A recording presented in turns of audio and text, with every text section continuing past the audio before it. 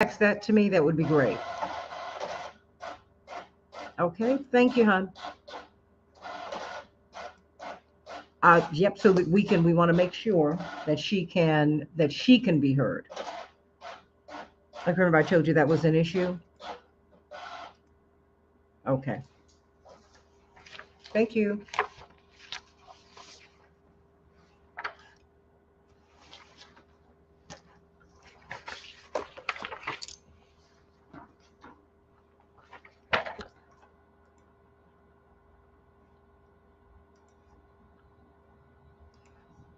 Pastor Johnson, how are you? Doing great, thank you. Just give me a few minutes. I'm trying to get the last bit of my show together. A little bit of prep here.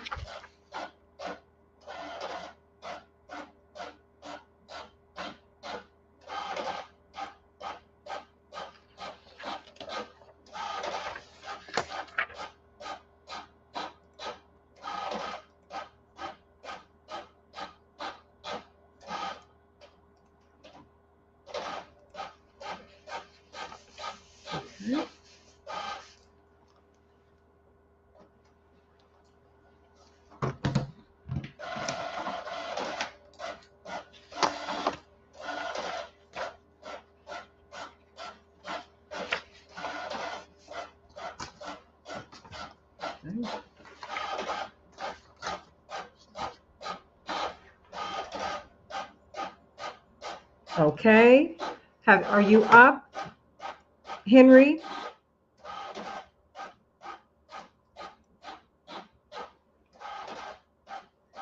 Hi, Samantha, Andre. Hey, let me know, Pastor Johnson, if you could start speaking.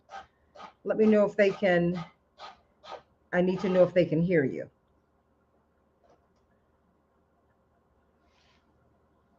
Oh,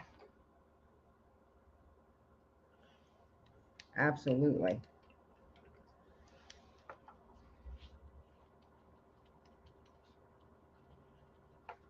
Amen. And let the words of our mouths and the meditations of our hearts be acceptable in thy sight. Who, Lord, our strength and our Redeemer. It's a lot. No, amen to you. You see, Mr. Lewis made his transition. Girl, it just broke my heart. It took me all the way back to, growing up. It was like, my goodness. Just no. After the divorce, that he moved downtown. And he remarried. Um, so that's that. Okay. Do you hear that? Can you all hear Pastor Johnson? You hear it's the echo? Okay, Henry, do you hear the echo? Okay, it was echoing. We're hearing everything twice.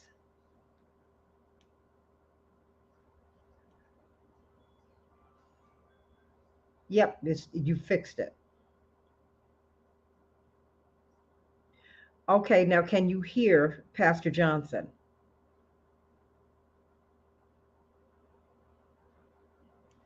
Can you hear her on?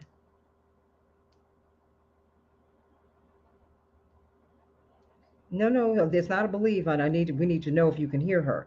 Pastor Johnson, keep speaking.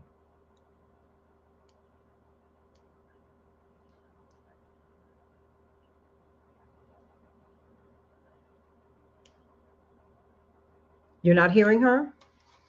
Okay, that's why she's up. Okay, so let me know. Can you hear her now? Keep talking, Vicky. Don't stop. Liberated city of Izium this morning, greeting soldiers and thanking them. Yeah, keep talking and bring down the radio a bit so we can hear her. Can you hear her? Today, the Ukrainian flag was raised in front of. So I can hear her. Okay, very good. Thank you. Two suspicious All right. packages. That's what we need to know. Okay. The AP's Donna Warder. Police in That's why Boston we do and the that. FBI are looking into who left two packages.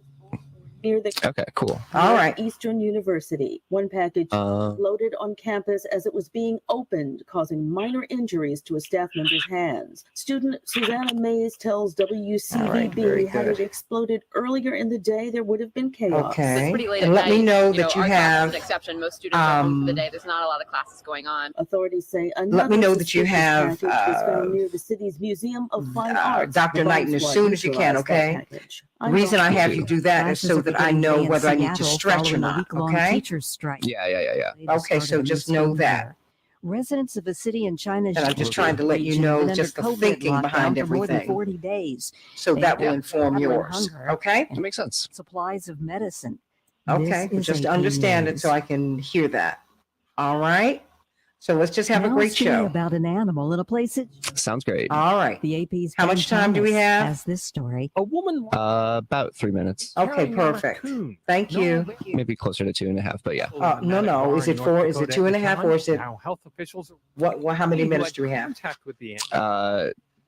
2. 2 minutes and 45 seconds. Perfect. Says she Thank immediately asked the woman to leave, but instead the woman took the raccoon around the bar to show another customer. It only lingered about 5 minutes. Smith tells the Bismarck Tribune the raccoon never left her arms one time and there was absolutely no biting. North Dakota's Health and Human Services Department says the warning is precautionary because rabies has a nearly 100% fatality rate. 6 rabid animals have been reported in North Dakota this year. Bartender Smith says she has no idea what the woman was thinking. I'm Ben Thomas. And I'm Rita Foley, AP News. This is 8:20 a.m. WCPT Willow Springs and streaming worldwide at WCPT820.com. We are Chicago's progressive talk, where facts matter. Now your WCPT 820 Chicago traffic update. A major closure remains in place on I-55. Southbound traffic is packed from Black Road, US 52 in the Joliet area. Traffic is forced off of 55 southbound onto 52 after a major crash, which happened between 1:15 and around 1:30 this morning. Farther north on the inbound Stevenson, traffic slows central to Kedzie. Nothing too out of the ordinary there. It's a 30-minute trip time from the Veterans Memorial Tollway to DeSable Lakeshore Drive. The outbound Ryan, there's a crash on the ramp to the outbound Stevenson. That ramp is blocked right now, and it's due to a collision involving a motorcycle. The inbound Ryan gets heavy just north of the Stevenson. It's 16 minutes from 95th to downtown. I'm Calamonte. You're the only voice of reason on the radio. You give me hope. Having listened to you every day. Thank you for your clear insight. Always felt a little bit smarter. I listen to you every single day. I keep coming back to this station, and thank you for what you do. On WCPT 820, Chicago's Progressive Talk. This is Jonah Esposito, and WCPT is proud to support 1 minute. unions and Okay, the thank hardworking you. middle class. We do it with our monthly Union Strong segments. Join me as I welcome respected labor leaders to my show and get their perspective on current events. Is there any way you local can give and me one national more minute or politics, no? And how labor unions are Yeah. proudly Okay, sponsored thank by you so Smart much. I Local appreciate 265, IBEW Local 176, Finishing Chicago, and Roofers and Waterproofers Local 11. Learn more at WCPT820.com. Thank you, Coach. Are you the parent? Goodness gracious, Henry. Yes. Pardon Sorry. me, hon. I do know the difference. We do not have music beds where we were, or commercials where I thought they were. So we got about like 20 seconds. Sorry about Okay. It's like Okay. a Always little be one-on-one prepared to give me teacher. a It little has bit more helped time. us Okay. so that. Okay, we'll do. Right now, we're offering a special radio promo to try it free for a month, but you have to go to abcmouse.com. All right. So about 10 seconds. Mm-hmm. I just keep the music going because I'm going to pull something else down. Sponsored by Will do. Learning. You're listening to WCPT 820 because facts matter. We can change the world, change the world, change the world. We can change the world, we can change the world, change the world. This is the Santita Jackson Show. War and hate to a place of love, it's not too late. Gotta save the children, we can't wait. Let's change the world.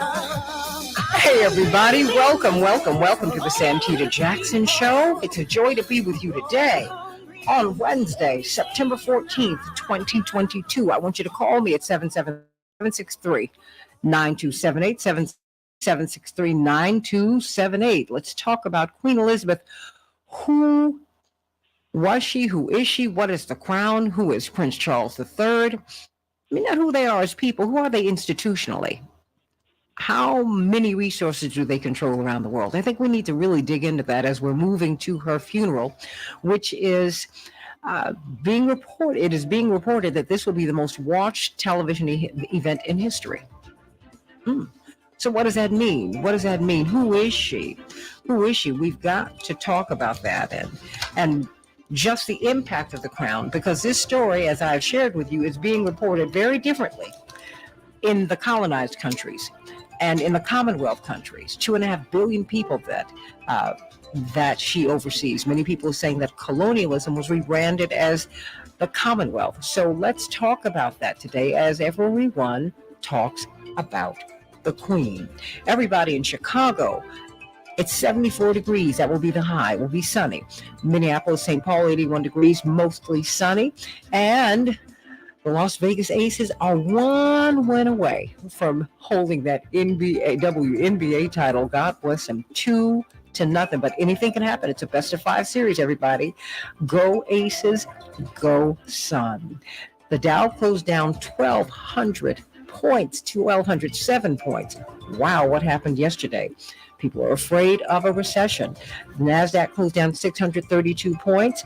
The S&P 500 closed down 177 points. Can't wait to talk with Dr. Max Wolf about that, because Wall Street is cheering, but Main Street is jeering. There is a disconnect between all of the rallying on Wall Street, all of the money in particular, the profits that corporations are making, and the squeeze that Americans are feeling out in these streets. Sweet streets. There is a disconnect. Major League Baseball, the Twins 6, the Royals 3, the White Sox 4, the Rockies 2, and the Cubs 4, and the Mets 1. So Minneapolis and Chicago had a clean sweep yesterday. I'm glad about that. The railroad strike, everybody.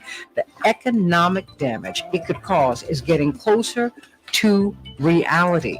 That's right, about 60,000 union members who work for the nation's freight railroads, including engineers and conductors, are set to go on strike Friday if an agreement is not reached.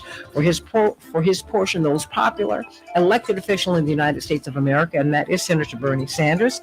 He's warning Warren Buffett, give rail workers better conditions to avoid a strike. With rail workers on the verge of launching a national strike, now this is 30% of our freight, everybody, that could be impacted. You talk about a supply chain issue, we would have something that we cannot even imagine. Railway workers are set to strike over what they're calling our atrocious conditions, a lack of sick days. And so Senator Bernie Sanders on Tuesday called on billionaire Warren Buffett to intervene and ensure that BNSF Railway, a company owned by Warren Buffett, to offer its employees adequate pay and quality of life policies as negotiations remain stalled. Remember, Warren Buffett famously pays fewer taxes than his secretary. Think about that. Senator Sanders said in the midst of a potential rail strike, Warren Buffett, the owner of BNSF Railway's parent company worth $100 billion, must intervene. During the pandemic, Mr. Buffett, get this, everybody, became $36 billion richer, Senator Sanders continued. He must ensure that rail workers receive decent wages and safe working conditions. The railroad industry, continued Senator Sanders, which made $20 billion in profits last year, cannot continue to deny workers paid sick leave. That is why we are on the verge of a strike with them. The 2022 primary season came to a close yesterday with New Hampshire, Rhode Island, and Delaware holding a slate of key elections that could play a major role in helping decide which party controls the House and the Senate. A great deal of attention is on New Hampshire, where Republicans are selecting their nominee to take on Democratic Senator Maggie Hassan, in what could be one of the most competitive senator races in the United States. She won by just 1,000 votes in 2016, and Republicans have seen New Hampshire as a potential pickup opportunity in their bid for control of a Senate that's currently split 50-50.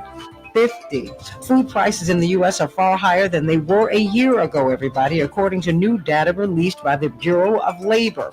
Overall, grocery prices, get this, jumped to 13.5%, and restaurant menu prices increased by 8%. Egg prices up 39.8%. Let's call it 40%. While flour got 23.3% more expensive.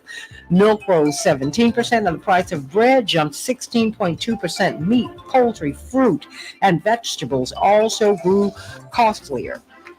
I know you're feeling it. If they are saying it's not a recession, I don't know who they're talking about. Lawmakers in West Virginia passed a bill Tuesday that will prohibit nearly all abortions except to save the life of the mother, or in certain cases that involve rape or incest. The bill would significantly limit access to abortion in a state where the procedure is currently legal up to 20 weeks post-fertilization. It now heads to the Republican governor's desk for signature. Elon Musk is fighting to get out of his $44 billion deal to buy Twitter, everybody. But the social media company's shareholders plan to hold him to it. The vast majority of Twitter shareholders voted in favor of the Musk takeover deal on Tuesday and said they are ready to complete the merger no later than Thursday. This is going to be very interesting, everybody. Ken Starr, the former U.S. Solicitor General, who gained fame in the 90s as the independent counsel who doggedly investigated and went after Bill Clinton during his series of political scandals, has died at the age of 76. Wow. He was a member of former President Trump's defense team during his first impeachment and served as president of Baylor University. Ken Starr, dead at the age of 76, everybody. So those are just a few of the headlines. Let us go to Pastor Vicki Johnson. Pastor Johnson, how are you this morning? I am well. How are you, Santita? Oh, it's always a joy to hear from you. Hear this good news, everybody. St. Thomas Lutheran Church at 80th and Jeffrey here in Chicago. Of course, they have the Hour of Power beginning at 11:45 on Sunday. That's a great time. It gives people a chance to kind of get going on Sunday. But I understand that you can worship virtually or you can worship in person, right? So tell me, Yes. What is your mask policy? Our mask policy, we're still masked. We are still in a pandemic. Yes. And although we look around and we see people moving about as if we are not, we're yet in a pandemic. And so while we're indoors, then we need to be masked. Okay, And if people strongly refuse to encourage do it of that, all people. what do you do? How do you handle that? Everyone is welcomed in, but those who refuse, if someone refuses to be masked, and that did not happen this week, thank God, then they would sit in a section where they would not be making regular contact with people. Okay, that's good. I mean, because I think that the way that you handle it, which is compassionately and respectfully, really can help to open the door for how we need to handle this. Just in, beyond, in the secular world. I mean, the church can help to guide us on that. So what is the good news today? Well, good morning to you, Santita, and good morning to all of your morning stars and friends. There is good news. You have often heard it said that what is done in the dark will come to the light. I've heard this saying since I was a little girl. Yes. It pertained to trying to cover up bad deeds or actions in hope that the truth would never be revealed. I can recall hiding dirty socks under my bed when I didn't feel like washing them out, only for my mother to find them days later. Done secretly, but revealed openly. This thought stems from Genesis, the 4th chapter, after Cain murdered his brother Abel for presenting a more excellent offering unto the Lord and trying to hide what he had done in the dark. God let him know that you cannot hide because your brother's blood is crying up from the ground. Last week, while deeply engrossed in the U.S. Open tennis quarterfinals, I was handed a new revelation. Frances Tiafoe, whose parents migrated from Sierra Leone, became the first American to make it to the men's semifinals in 16 years. We were all excited as we watched each match leading up to this point and were rooting for him to be a player in the finals. Tiafoe's journey came to an end with him losing. While being interviewed, he put a twist on everything that had transpired those 2 weeks. He recalled his rise to this point as the son of the head maintenance man who worked at the Junior Tennis Champion Center in College Park, Maryland. That's right. His father would bring him tennis rackets home that the other players had discarded. And Francis used those used rackets to hit balls against the wall since they could not afford formal lessons. Now it appears that as he rose up from the dirt in the dark, it appears that he came from out of nowhere. But Francis Tiafoe said this: "What was done in the dark has now come to the light. All of the hard work and training that he did while no one was paying attention to him put him in position in the U.S. Open semifinals." Tiafoe took this statement we have heard for years and put the positive spin on it. What was done in the dark wasn't anything bad. What was done in the dark was working hard to make it to where he is now, in the light where everyone can see him. What about you? What about all of the hard work you have been doing that no one sees or pays any attention to?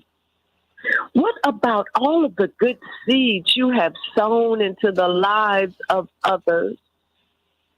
The good that you have done in the dark will come to the light. Galatians, the 6th chapter and the 9th verse says, "Let us not be weary in well-doing, for in due season you will reap if you faint not." Keep on doing good. Your good is on the way. Just do like the old folk used to say. Just keep on keeping on. And if you will do this, and I believe that you will, then to me, that's good news. Amen to that. I was so touched by that young man's story. You know, I'm a huge tennis fan. When I lived in New York, and you know, and since then, I go to the U.S. Open a lot because I love it. I love it, love it, love it. And it's those stories that move you. You just never. God puts genius and talent all over town. My father says it all the time, and it's the people who you dismiss who have the seeds of greatness. They do. And if you faint not, if you just don't get weary, or if you do, get up, because sometimes you get knocked down beside those still waters. Get up and keep moving. Yeah. Oh, you can get rewarded. I thank you for that, because we think of that. What's done in the dark comes to light. We think of it in a very negative context, but you said no, because babies are gestated in the dark, right? Eventually it comes to light. So, Pastor Vicki Johnson, everybody, 11:45 on Sundays at 80th and Jeffrey on the corner. It is an hour of power. You don't want to miss it. Those of you who are masked, come on in. Those of you who are unmasked, come on in. You're going to be loved and embraced all the same. And I know you're going to get a word just like that, something that's really going to bless you. St. Thomas Lutheran Church. Let us support this, Pastor. Far too few women have pulpits, and one of the persons who blessed her father in the ministry, and our father in so many ways spiritually, Reverend Clay Evans, was very, very pleased with her ministry and wanted her to keep on going. Both of them. the spoken and the sung. Love you, because she's always on me about mine. I'm places I'm going to let you know, Pastor Vicki Johnson. Yeah, because I've been pulled into that too, on jazz and in church. So there we go. Cool. You know, you just All right. you can't Great. you can't make this stuff up. Everybody, we have got, and stay right here, Pastor Johnson, because we're going to be talking with Dr. Shanina Knight, the Association for Professionals in Infection Control and Epidemiology. She's the executive director of their new Center for IPC Research, Practice, and Prevention. I have a couple of questions for you, quick questions. First, I'm going to go to the children, but let me start with this first.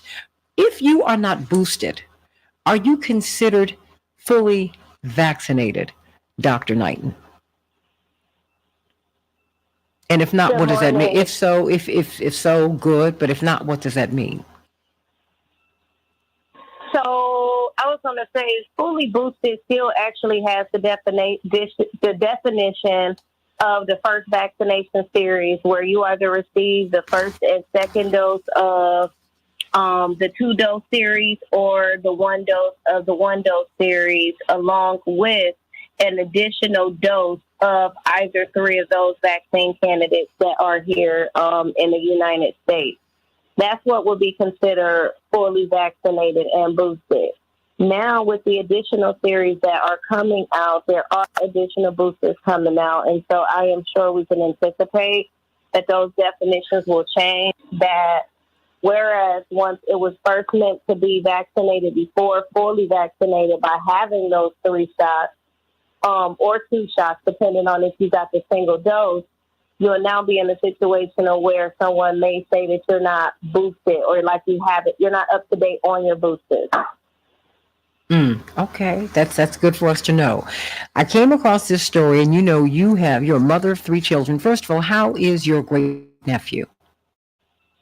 So, Santita, it's interesting because he actually ended up not having MIS-C. He did end up with Kawasaki disease, which is a rare autoimmune disorder for which 1 in 10,000 children get, and it impacts their heart. And so that is something unfortunate that we're still all dealing with, and, hoping that he'll recover from sometime soon.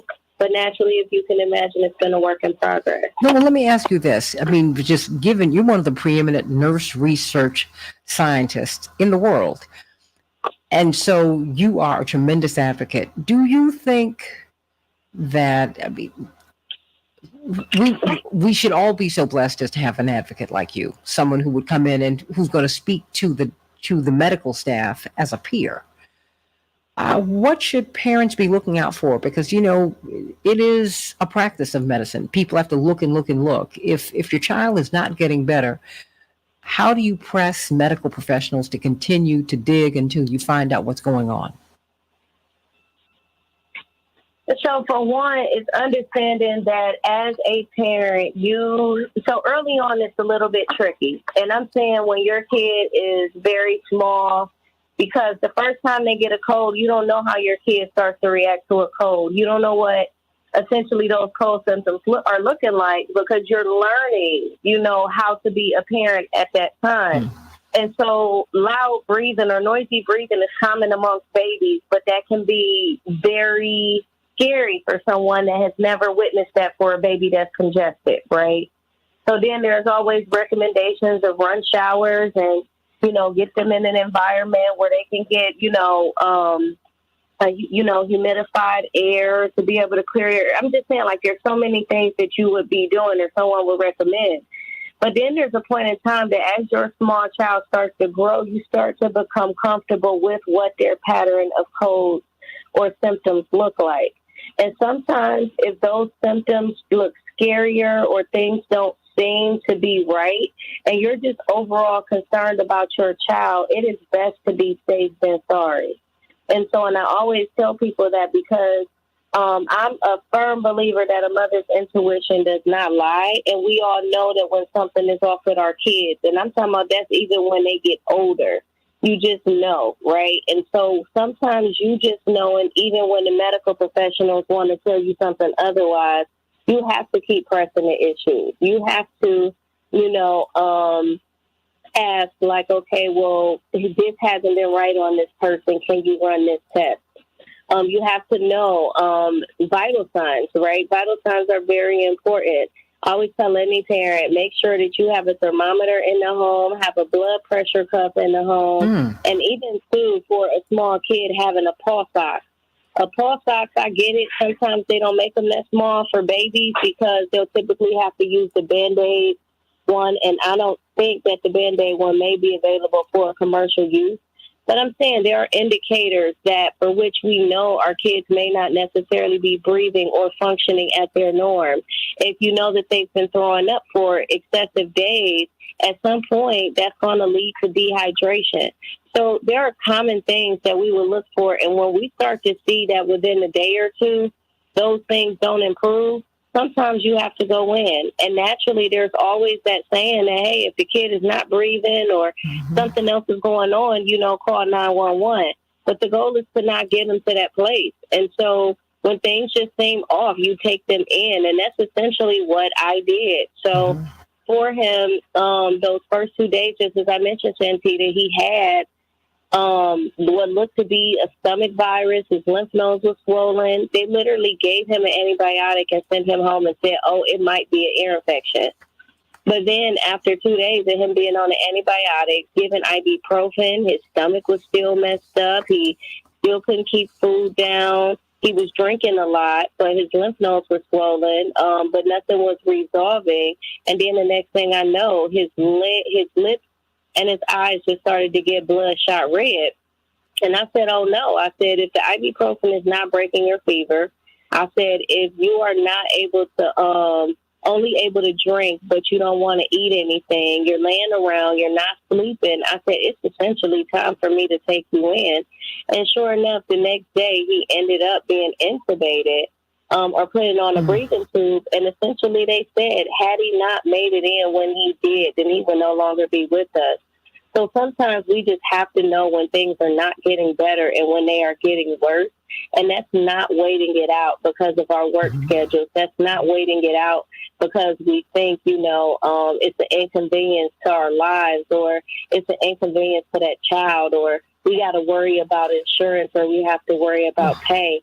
Sometimes the most important thing is that we have to recognize that when we make those decisions, those are make or break moments for which we will never have our family members again. And sometimes we waited out too long. And unfortunately, Santita, we saw that so many times with COVID. We saw many people stay at home and they thought that they were going to get over the symptoms and they never made it out. So I just want to remind people that whether it's you or whether it's others, think about your symptoms. And trust your instincts. It was my great-grandmother who saved my brother Jonathan, who's running for Congress right now. She said she was a woman who she couldn't read, she couldn't write. And 100 years ago, 90 years ago, 80 years ago, you didn't have access to all these doctors and medicines and whatnot. And just very quickly, she walked into my parents' apartment and said, I smell pneumonia. Who has pneumonia here? She said, I smell it. My mother was like, huh? And my parents had been taking Jonathan to the doctor over and over and over and over again. He kept saying it was a cold. It turns out he had a viral pneumonia that was eating his lung. One lung. By the time they got him there, it had eaten a fourth of his lung. Eaten it. Everybody, trust your instincts. Parents know. Love you, Dr. Shanina Knighton. Let's talk about Queen Elizabeth back in a couple of minutes.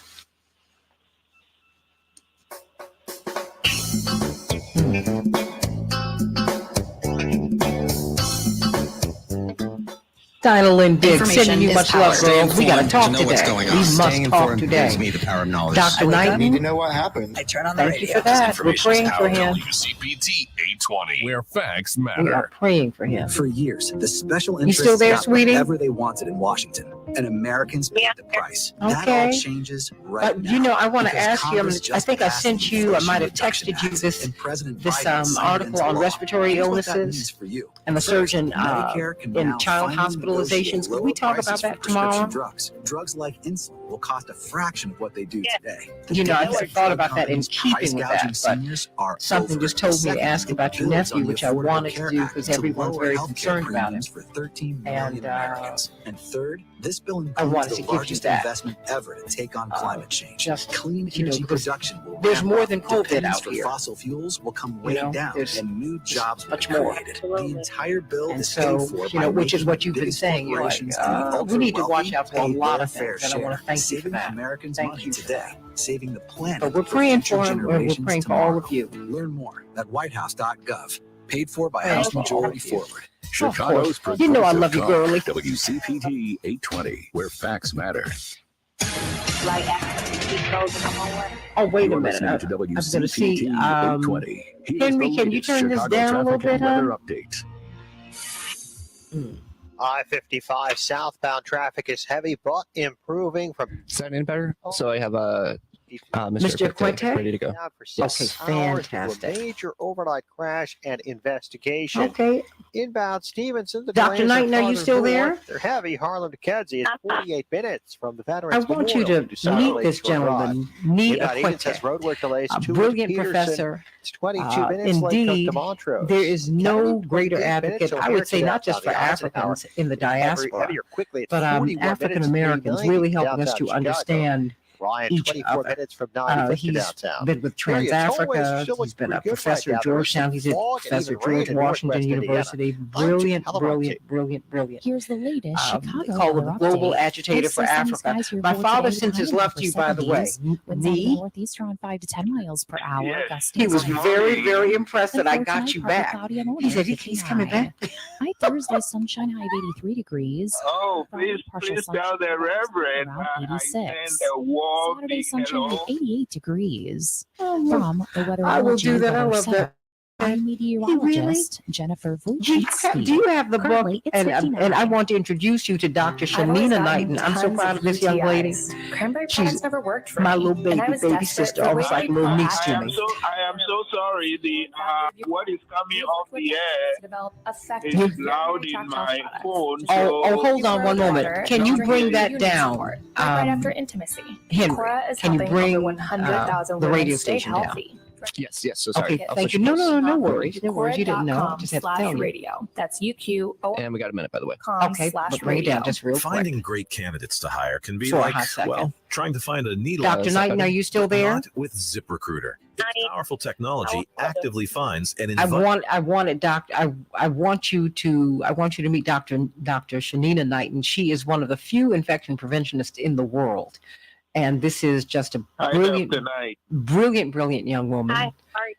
Oh, you've got to know her. I mean, she's the first person in her family to graduate high school, let alone she's a registered nurse and a PhD. Brilliant research scientist.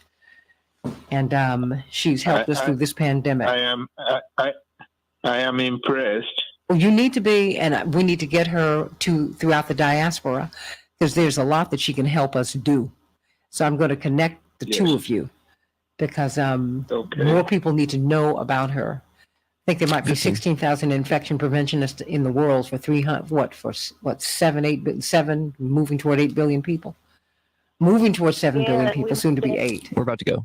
Stand by. Okay. Is she based in In Chicago Cleveland. like you? No, in Cleveland. Stand by. Stand by, Shanina. I'm going to continue this introduction on the air. Then we're going to move right on. This is the Santita Jackson Show. Thank you, Joyce. Gotta save the children. We can't wait. Let's change the world.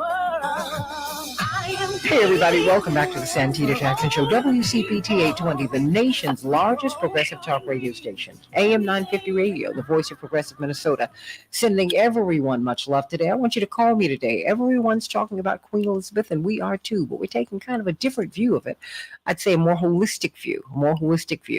And it's an important view for us we need to understand how the world really works. I'm a real fan of this book that I'm showing everybody here, Who Owns the World. It's by Kevin Cahill, who is a brilliant journalist.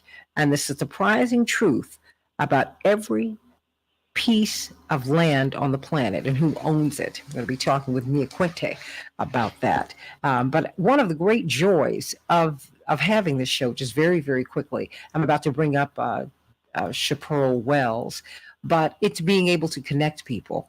being able to connect people. Oftentimes we don't know all of this genius exists out here. And Dr. Shanina Knighton, do not take her for granted, everybody. There are about 7 billion people on the planet. There are only about 16,000 infection preventionists, a little bit more than 5,000 in the United States for 330 million of us. That's not a lot of them. So don't take for granted that we get a chance to be with her every day, that she chooses to start her day with us every single day. And so it was an honor to be able to introduce her to Ni Ekwete, one of the leading academicians in the world, and a great connector to Africa and throughout the global South.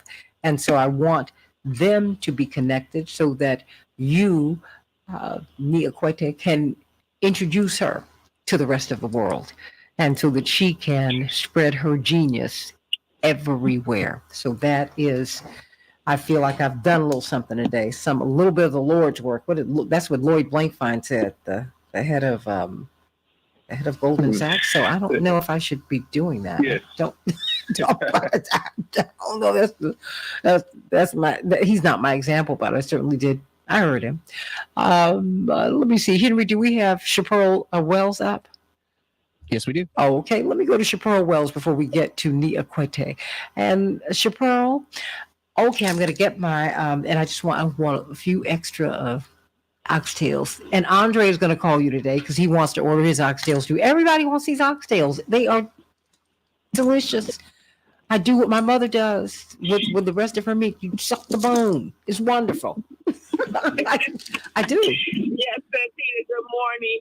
Good morning. And yes, I am actually preparing oxtails today. I did talk to Andre, so I know how he wants his prepared. So I'm getting them ready for him. And we're going to get that order to Andre sometime this weekend. And yes, please give us a call at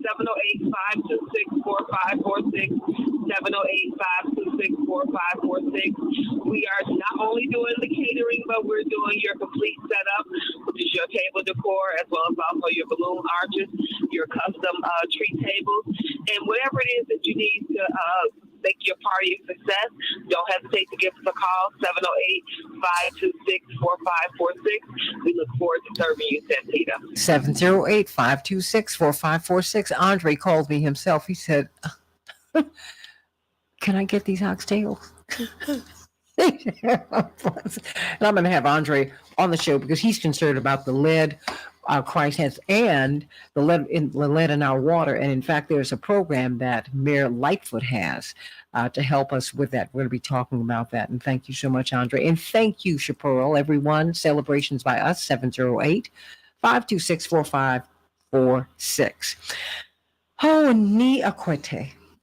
Just indeed one of my father's favorite people, one of my favorite people. First met him many years ago when he was with TransAfrica working with the brilliant attorney, Randall Robinson, the brother of the iconic Max Robinson. Both of them became icons, quite frankly, out of one household. Amazing, amazing people. And he has been called the 24/7 global agitator for Africa. But what's also impressive about Ni Ekwete is that he is a global agitator for the diaspora and for the world. He has been seeking fairness and really been seeking to expose truth. As we have been looking at just really the ceremony and the discussion about Queen Elizabeth, and certainly we, along with her family, mourn her. We can have political disagreements, but let us never lose our humanity, everybody. This is a woman, this is a human being, a child of God, just like you and just like me. And she has people who love her. And not just close in, her 4 children and her grandchildren and her great-grandchildren, but she has a nation, and she has people in the Commonwealth. She has people all around the world who love her and really embrace that, understand that, respect that, and appreciate that. Because she means a lot to a lot of people for a lot of reasons, and she means a lot to us. We just have another context for relating to her. Indeed, former colonies are saying, I cannot mourn, because they're conflicted over her as a person and over what the monarchy did. Indeed, from Slate magazine, they called it the throne of blood. It's time for the British royal family to make amends for centuries of profiting from slavery. There's been another conversation in the so-called global South in the Commonwealth, in the formerly colonized nations. And I think we need to pay attention to that. When we're looking at the news now, we're not hearing that discussion, and that's not fair. The Indians want their 105 carat diamond back. That should be part of the discussion. Oh, let's not talk about it. No, it was stolen from them. That was something that was passed down through Indian royalty for hundreds of years. And the British stole it and put it on her crown and put it on her head, and they're not giving it back. Is that fair? Call me at 773-763-9278, 776-9278, and that's just part of it. We're talking about the more money flows out of Africa than goes into Africa. Africa, we keep looking at them. Oh, we see them. Remember Sally Struthers in the middle of the night? She'd be crying over these African children with these distended bellies, and oh my gosh, they're starving. Africa's the richest continent, the richest, and everybody's trying to get a piece of it. And the British still have a big chunk. So, Niakwete, who is Queen Elizabeth? I know, big question, but let's break it down just financially. Who is she? I mean, why are these former colonies conflicted about her? Well, today. Good morning, Santita. Good morning. Hi, and good morning, Dr. Knight. It's a pleasure to meet you. And by the way, you know, President Biden, I'll get to Queen Elizabeth in just a second. Of course. But because Dr. Knight's brilliant career and her focus, let me just mention that President Biden, in the middle of December, roughly 3 months from now, is inviting all the African leaders here. I do my work as an activist, trying to get the U.S. to follow the proper policies in relations with Africa. One of the issues we'll focus on is how the ball has been dropped on COVID, on trying to vaccinate the entire world, and it is hurting Africa very much. But the sad fact is that it's also hurting Americans, and we've been saying that for 2 years. And so I really want to connect with you, and we can talk about that, Dr. Knight, off the air for how we amp this message. Now to the Queen, the Queen who has just passed. And Santita is so right, and she was telling me over the weekend, said, look, we maintain African traditions of respect. We don't disrespect our elders. We don't disrespect anybody, and we don't dance on people's graves. And so we can begin with this queen. The one thing about her that has impressed me is that she took her job very seriously. Last week, 2 days before she died. So when I heard she had died, we knew she was ailing. When I heard she had died, I was shocked because I said, no, 2 days ago, she dismissed Boris Johnson as prime minister and appointed Liz Truss.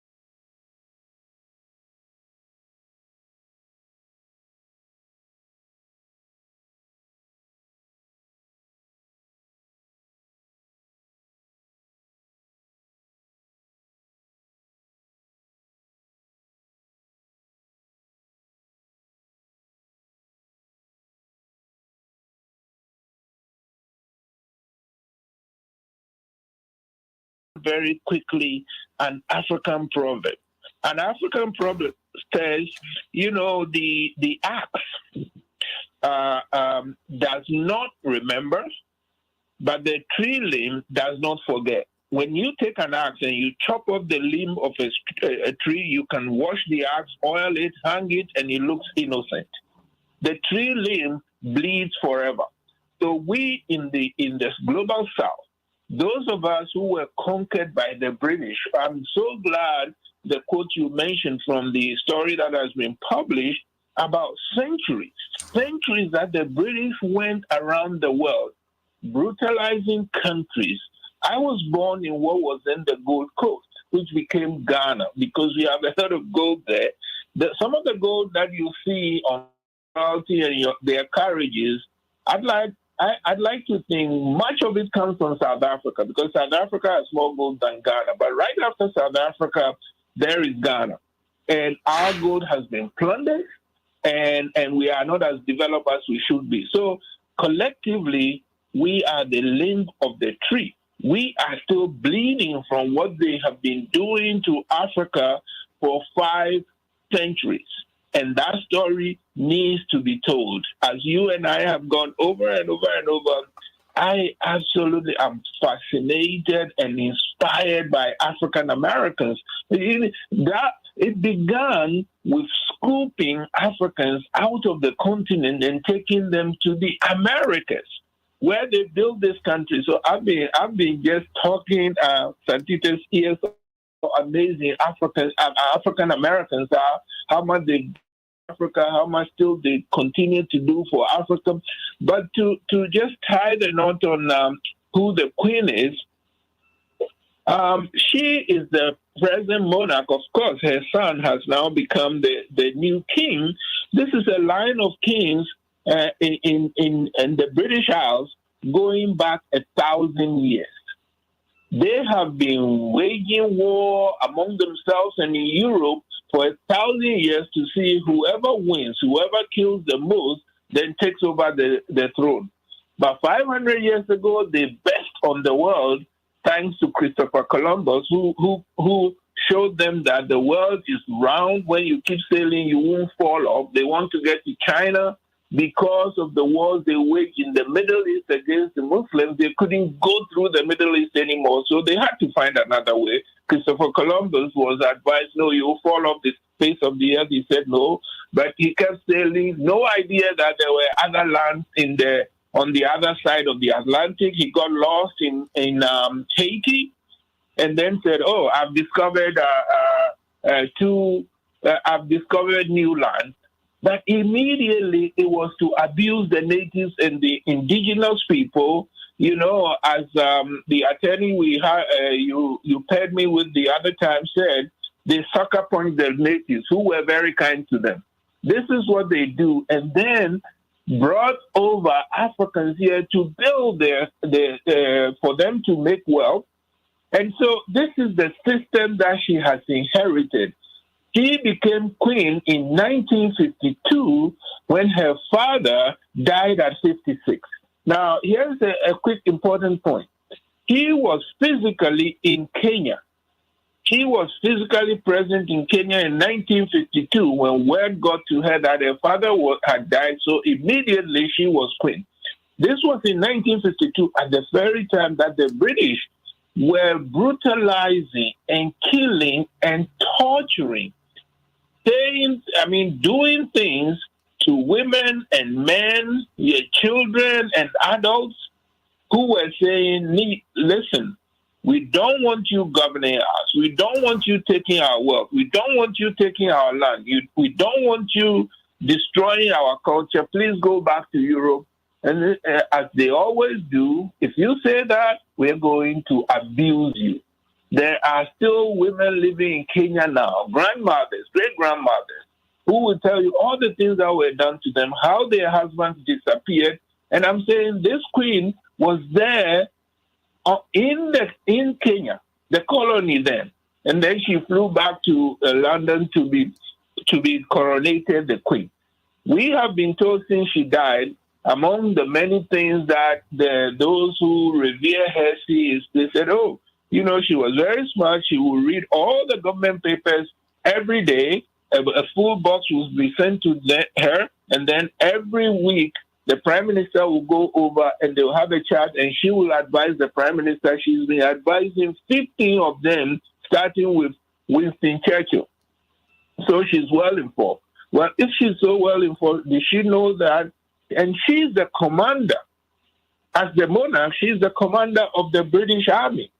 So did she realize, did she know, or did she not want to know? There's something called plausible deniability. When you send people to do bad things, you say, don't tell me the detail, okay? Just do the terrible things. You know what I'm talking about. So my question is, did she know that they were torturing Kenyans? It's on videos today. You can see they were doing things that were so horrible to Kenyans that you can't even say it on the air politely, okay? And they killed and disappeared a lot of them. So that part of the story has to be told. And all across the world, of course, they build an empire and they brag. We built an empire on which the sun did not set, okay? From Malaya through much of Africa to the Caribbean and even the United States. And as one of your other brilliant guests said, you have to understand how bad European white supremacists were, because the American white supremacists who kept slaves and brutalized the slaves, and I don't even want to go there because to me that is the sacred experience of African Americans. They know it much more than me. But just imagination how horrendous slavery was, and slave masters in the rest of the Americas, how horrendous they were. But they look at the British and the other Europeans and said, oh, these people are so much worse that we are going to rebel against them in the name of democracy. So the Europeans were much worse. And I am saying Britain was right there with France, with Spain, and with Portugal in conquering all these countries and smashing them. And they have been doing that for 500 years. So this is her background. Once she took over in 1952, she had to supervise, give a new name to all this collection of countries. And one of my thinking is, look, democracy is so important. I would like democracy to flourish in all these former colonized countries so that the people can exert pressure on their governments to say, hey, let's re-examine this relationship of what is now called the Commonwealth, because it's just a new name slapped on the old empire. You mentioned about India. They call India the jewel in the crown of the British colonies. And at first, I was surprised that the Indians would ask for that amazing diamond back. And then it hit me. It's not the current prime minister who's asking for it back, because all these politicians, they are intimidated. They are in bed with the corporate powers that keep taking Africa's wealth out. It is the people who are saying we want our diamond back. It is the people in Ghana who are saying all that gold that was taken, we need an accounting. It's the people in South Africa who are saying this. So this is the record that she brings. Yes, she was on the job. She did her job well, but to serve a terrible system that has brutalized the world, and the injuries that they inflicted on the peoples of these areas. I was born into the British Empire, okay? And the injuries that they inflicted on us, we still feel them, we still see them, they still haunt us, and we want accountability. We want transparency and accountability. So by all means, respect the things that she did that people think is good, but let us show the other side of the story as well. You don't do good accounting with only credit. You do good accounting with debit and credit. Now, if you will let me, I'd like to talk about the amazing solidarity that African Americans have inspired all around the world. Black Lives Matter is only the latest. I will tell you that Ghana's independence, the reason a lot of people know about Ghana, and I was fortunate to be born into the area that then became Ghana, it's because we had this amazing leader, Kwame Nkrumah, who pushed hard to get independence. But then he said, look, the independence of Ghana alone is meaningless. All of Africa must be liberated because, as you were saying, Africa is very rich and yet the people are poor because everybody keeps going and taking the wealth of Africa. To me, it's like a bank with a lot of money and jewelry, but nobody is guarding it. The people there, for whatever reason, are not able to protect their wealth. And part of the reason African countries are weak and their wealth gets taken is that right now, if you look, Africa, India, and China, these three areas, they have about roughly the same population, 1.3, 1.4. Well, India is one country now. China is one country.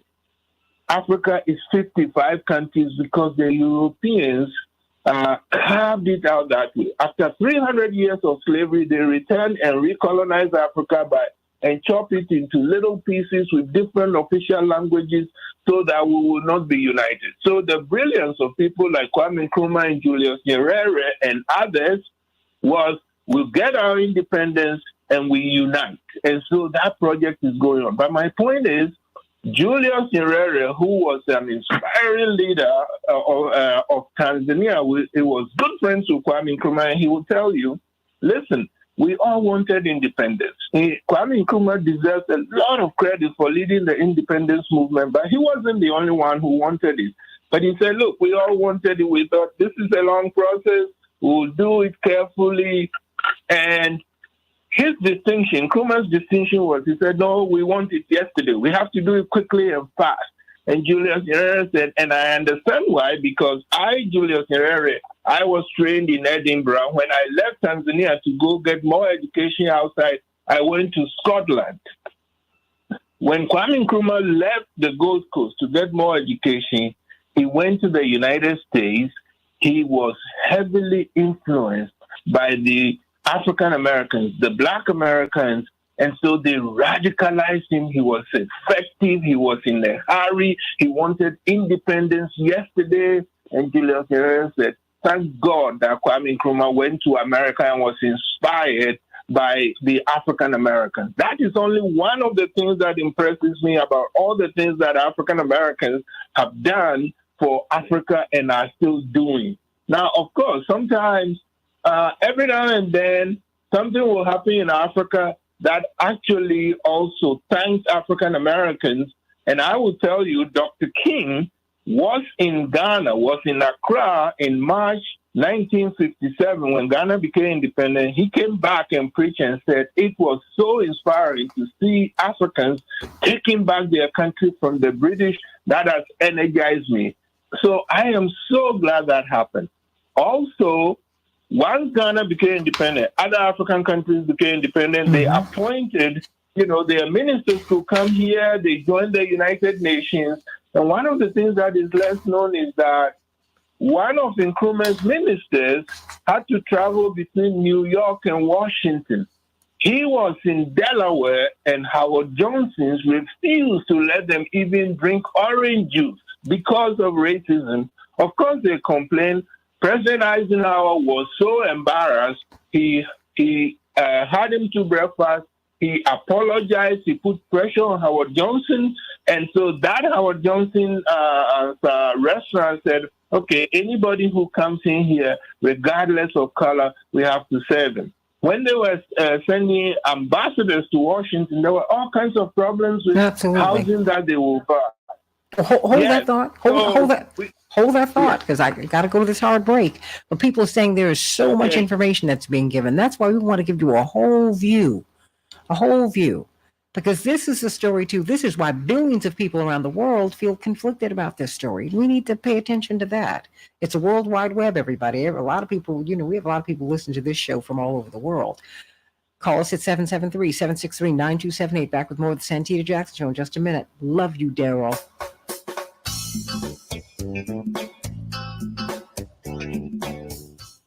Thank you so much. But see, you got to keep coming back because we don't have this information. There is a lot more out there we need to know because the information actually that they leave out most of it because they are covering up their crimes. We have to tell the story for our sake, but we also have to tell the truth for the sake of the world. Because look at this, where they have led the world. COVID is killing us. Climate change is killing us, and that is also their fault.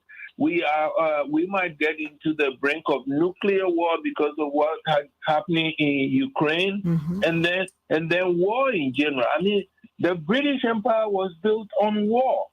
Okay, on war. Well, not according to Prince William. Remember when you had Ukraine, he said, we don't do this in Europe. I'm like, you do this in Europe all the time. You're the Huns. What are you talking about? Exactly. Because they think they've hidden the truth. And unfortunately, I mean, somebody like me who wants to be a teacher as well as an activist, we have a big job to do because too many of our people don't know the truth. Too many of their people don't know the truth. So we have to tell people don't know. How is it that you can say, oh, the British Empire was not built on war? Nobody sent a delegation to the British and say, please come and rule us because we don't like the system that our ancestors built. We liked it fine. They just showed up and said, we are taking over. You resist us, we kill you.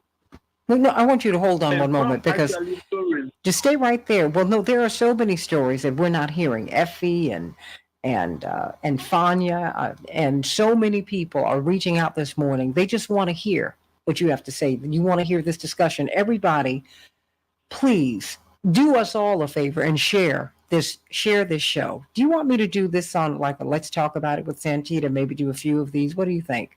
Let me know. But please, in the meantime, like and share the show. Renee, Effie, Joyce, Daryl, everybody, please share the show. And I want to send a special love out to Daryl today. Didn't know that he is having the health struggles that he's having, that he's caring for, he and his family are caring for their mother who has dementia. And that's tough. We did that with my great-grandmother Matilda, my great-grandmama Tibby. And, you just never know what people are going through. And I hope that this show and that the Santita Jackson Show, Morning Stars community you are family. And I hope that you can get love and support from everybody here, because that's really what we're trying to do. Want to make your day, make your load a little lighter and make your day a little brighter. So just sending you much love, Daryl. Everybody, send him some love today. Just give him some love. You never know what that means to people. A kind word, just knowing that somebody's thinking about you. It means so much. It means so much to everybody. Send him some love today. Daryl Prunty, sending you much love, my sweet. And many people are so grateful to you, Mr. Okwete, for what you're sharing today, because this is a story that we're not hearing, but it's real. It's real. What does my father say? Rabbit hunting ain't fun when the rabbit gets the gun. Well, my father is he comes up with stuff real. I am so honored to be on the program. Actually, the thing that I should say is I just want to express my love to the people that we call African Americans. Okay, you mentioned I learned so much from Randall Robinson. I'm still talking to him and his family. I've learned so much from being in this country. I'm fortunate enough to have 2 children, adult children, who are very proud to be African Americans. Okay, but I think people should know how grateful the Africans here, those of us born on the continent who now to go to school, to find better jobs, sometimes we are recruited, who are here. We see what African Americans have done and have been doing to build this country, to democratize this country, to democratize the world.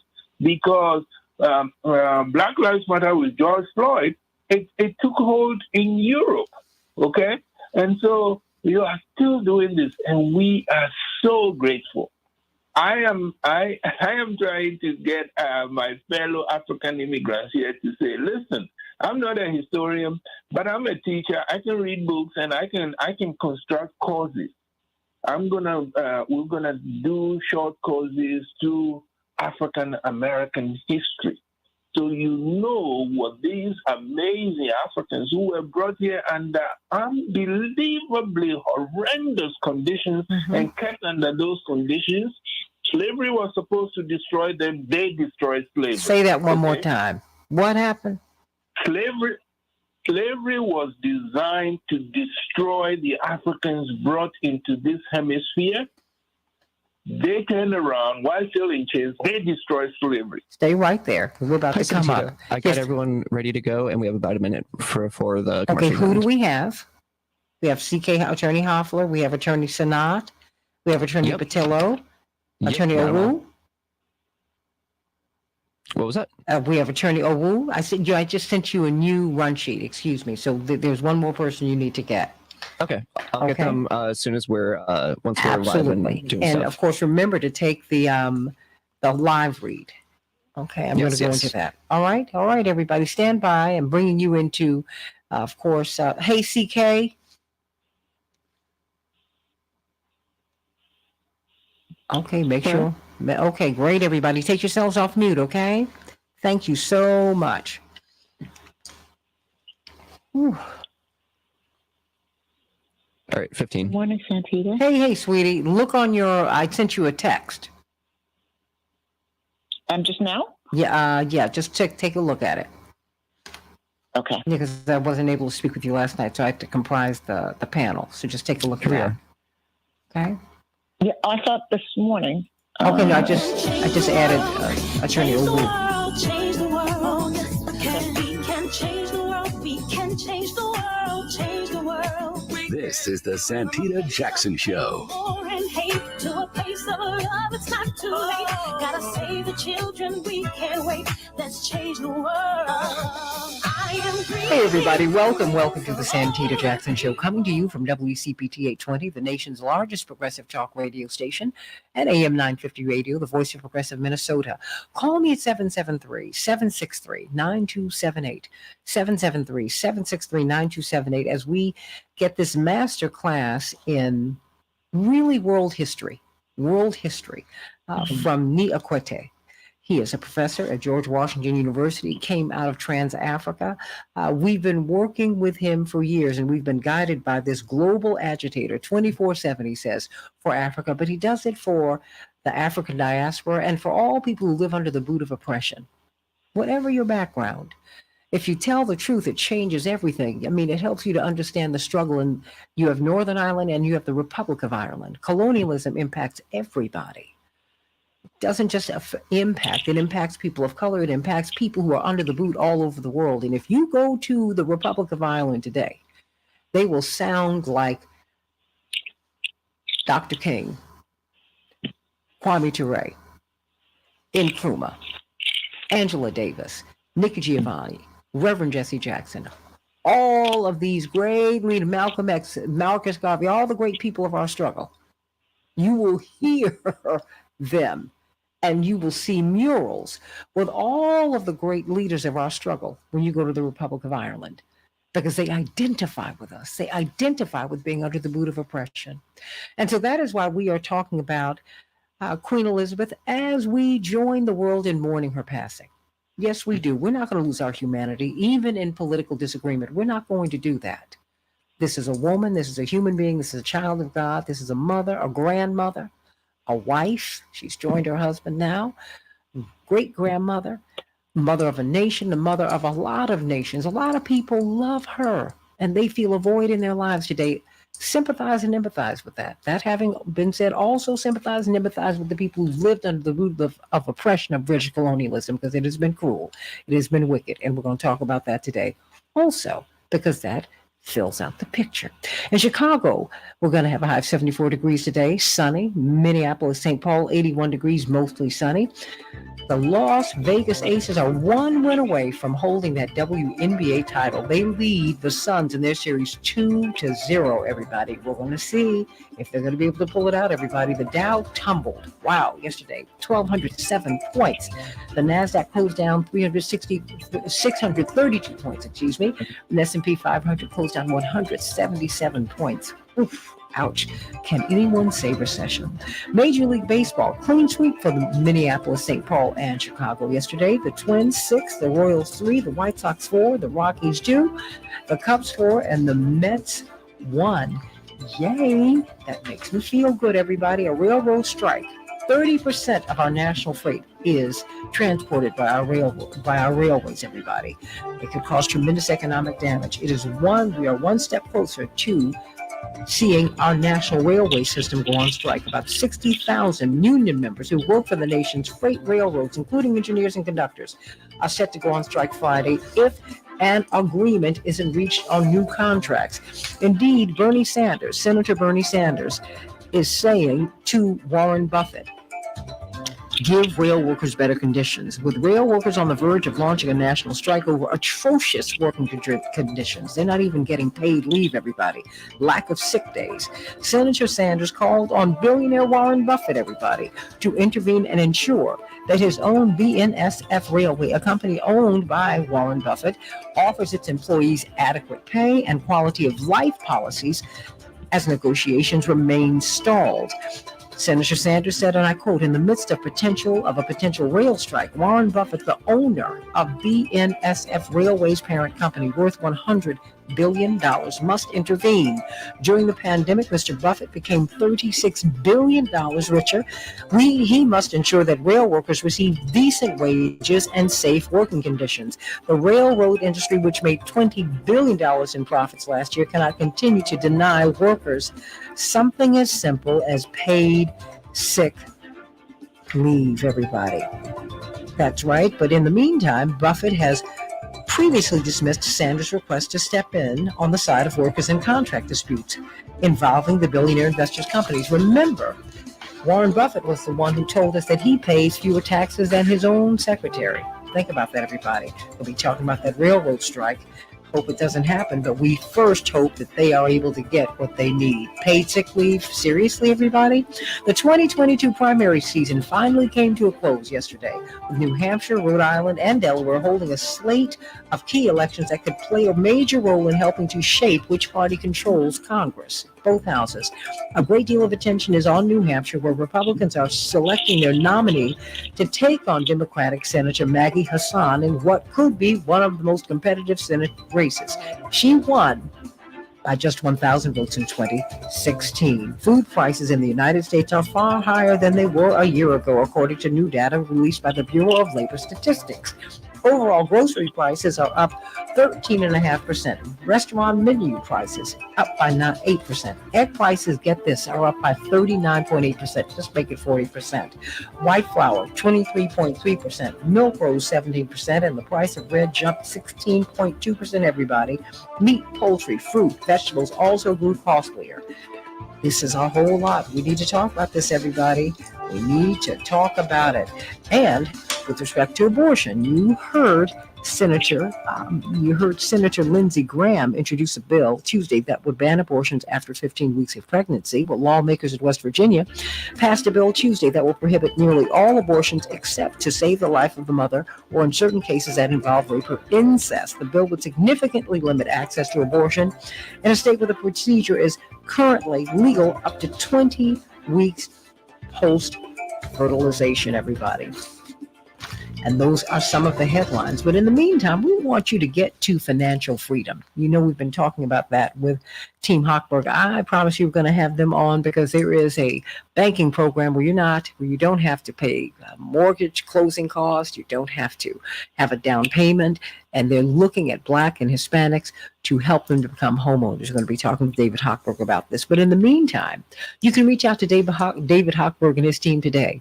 If you're using your debit card, you really ought not be. You need to be getting a credit card, but you might not have the credit to make that happen. Team Hochberg can help you get on track to get you a credit card, and so that you can get rid of that debit card.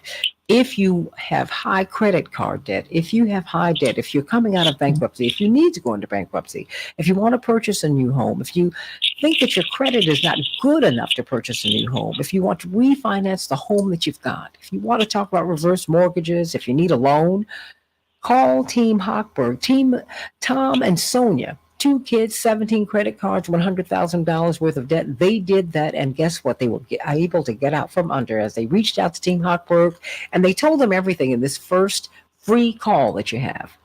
And then Team Hochberg did their research, came back to them and said, hey, here's a plan. And you know what they did? They reduced their payments on their 17 credit cards with $100,000 worth of debt. They reduced their payments by over $2,800, and they were able to secure them an FHA loan. So it could be you. Everybody's struggling out here, everybody. Don't be embarrassed. Tell them everything that you need that they need to know, so that the more you tell them, the better able they will be to help you. Call them at 855-56-DAVID, 855-56-DAVID, or visit 56david.com, 56david.com today. Get on the road to financial freedom. 855-56-DAVID or 56david.com. I cannot mourn, according to the former colonies. They're conflicted over Queen Elizabeth's death. The throne of blood. It's time for the British royal family to make amends for centuries of profiting from slavery. That is the Slate headline. Queen Elizabeth's death draws in criticism of British Empire's violent atrocities. How does India feel? Well, they want that 105-carat diamond back, for example, that was passed down through Indian royalty for hundreds of years. With the Queen gone, former colonies find a moment to rethink lasting ties. More and more of the former colonies want to leave the Commonwealth. Many people say the Commonwealth was really colonialism rebranded. Colonialism 2.0. There's a lot to talk about today, everybody. A lot to talk about today. And leading this discussion as we go into legal Q&A with CK, of course, led by CK Hoffler, who you can see on Court TV this week. You can catch her on MSNBC and ABC doing brilliant legal analysis. CK, we have been talking with Niakwete, who was with TransAfrica when we met him decades ago. Of course, he's been a professor at George Washington University today, but he's been called the global agitator for Africa, but he's also been making the ties between African Americans and Africans. He said, we actually were inspired by you to go back home and end colonialism. Looking at what African Americans were able to do, fighting the biggest, baddest empire in the world. That's what the United States has been. And what did you say, Niakwete? You said slavery was designed to do what? Slavery was designed to destroy the enslaved people. And what did they do? They not only built this country, but they turned around and destroyed slavery and then started democratizing this country and democratizing the world. I mean, that is so clear to me. And that story needs to be told, especially from the point of view of Africans who now live in the United States like me. I keep thinking, oh my goodness, what a people, what a story. How come this hasn't been well told enough? And of course, I'm a teacher, so I'm dropping the ball by not letting that story be known. Okay, so from moving forward, we need to tell that story. Slavery was meant to destroy the enslaved people, and they were under difficult conditions, but they rose up and they destroyed slavery. And yes, it's inspired Africans who liberated Africa, okay? They liberated Africa from colonialism. They took political power back from the colonialists. Now we are dealing with economic power. But they were trained and inspired by African Americans. It is a fact. Kwame Nkrumah was a student at Lincoln University in Pennsylvania. And I'm saying even the inspiration went beyond that generation. I am still inspired and humbled to work with people, to see people like Reverend Jackson in operation, to work for people like Randall Robinson, to walk over to the Martin Luther King Memorial and just read the things that he said and what his life stood for. African Americans are awfully inspiring. They are an amazing people. And finally, I was saying, look, I would admire such a story and such people even if they came from Mars. But then to tell me that these are Africans who were brought here, it inspires me. If they can do that, maybe I can do just a little more. Amen to that. Well, this is a segment, and I got to have you come back tomorrow because people, CK, legal Q&A with CK. No, I have to tell you that CK, I had Mr. Niakwete on at 6:30 my time, 7:30 your time. I said, I just want to give you a little bit of runway so that we can talk about just Africa and in the context of colonialism. And of course, that brings in India, that brings in China, because China is dealing with the yoke of British colonialism too. That's why, there was this big celebration about taking Hong Kong back, which they are still resisting. The British are, because that's another one of these rich areas. And Attorney C.K. Hoffler, we've pulled together a tremendous panel to talk about this because, but I wanted Mr. Okwete to help us to frame it. Because as we're moving toward this funeral on Monday, what we're not hearing is that part of the story. That we're watching Barbados and Barbuda and the Bahamas and all of these, and we're watching, India say, hey, wait, we have conflicts about this. I told you we got a friend who got cursed out by an Indian American when he said, I'm sorry about the Queen. This man looked at him and said, are you serious? Expletive. Sit down and let me give you a history lesson. C.K. Hoffler. You can't make this stuff up, girl. We can't make it up, Santita. We can't make it up. First of all, it's so great to have the professor on. I feel we've been talking all week about this, and we can't talk enough about it. It's so important here in this country as we look at our own history. We talk about slavery, that we understand slavery and colonization are one and the same, as far as I can see. Yeah.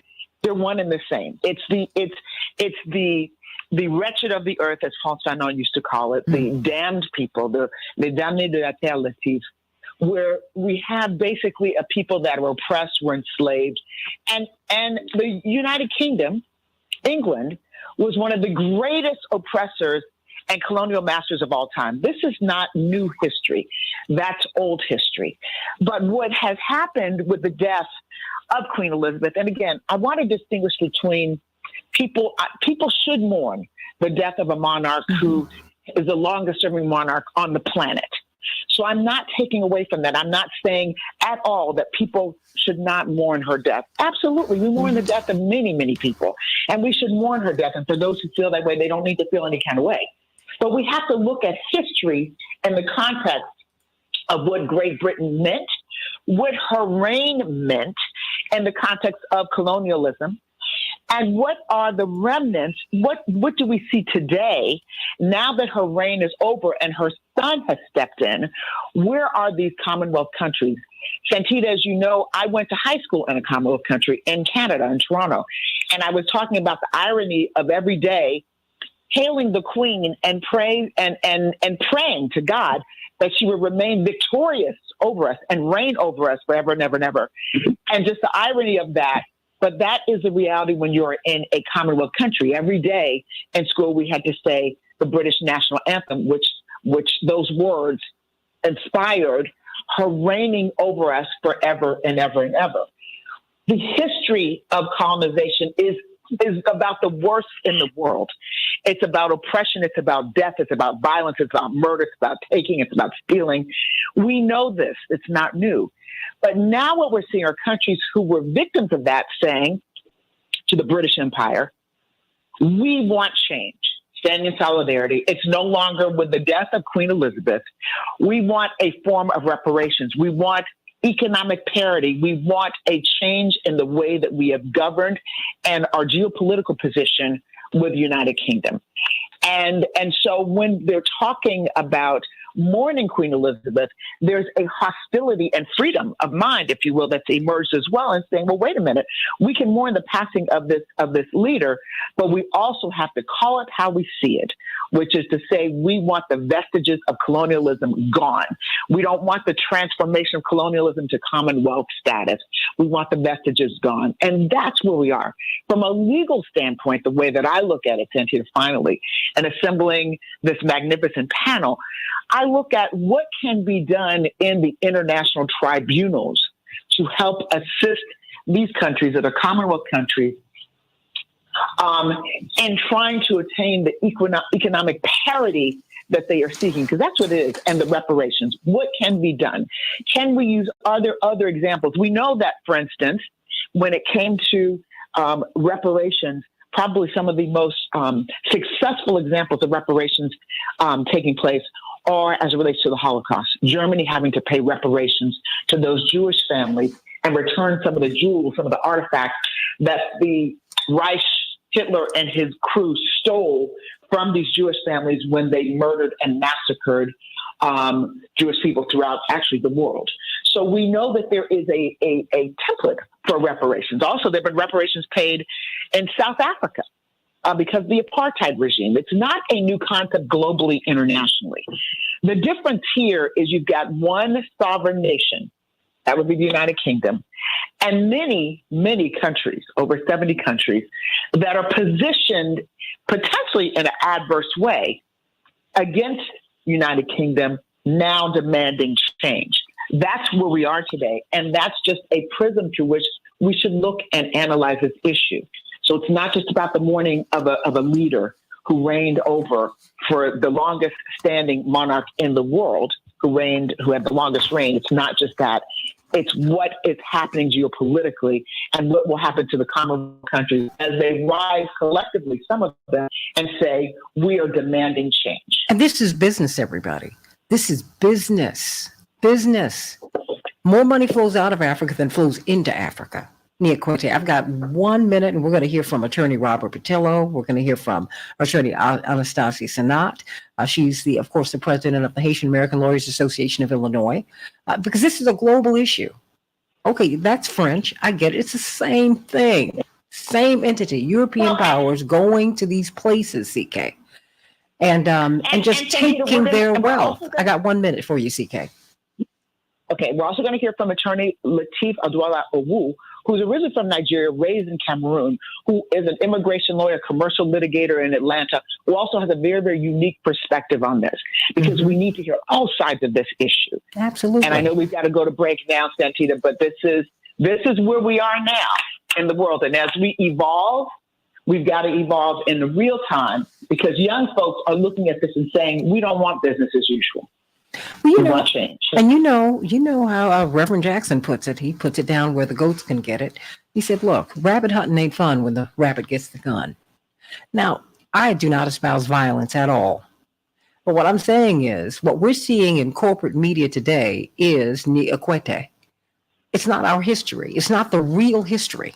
You see a celebration of the monarch. You see the horse-drawn carriage with gold that did not come from England, that came from India, that came from Africa, that came from throughout the world. All these pearls and whatnot came from Hong Kong. I mean, just look, this is where they've gotten their wealth from. And yet we look at these other countries, as we look at the global South, we look at people of color as the beggars. Actually, the global South is the creditor. We're not the debtor. So let's get this right. And we're going to continue to talk about this, because I want to we need to wash out the mind, everybody, because there's been a whole lot of brainwashing. And what's being wiped away in corporate media every day is the truth. What this is really about. Wonderful woman, Queen Elizabeth.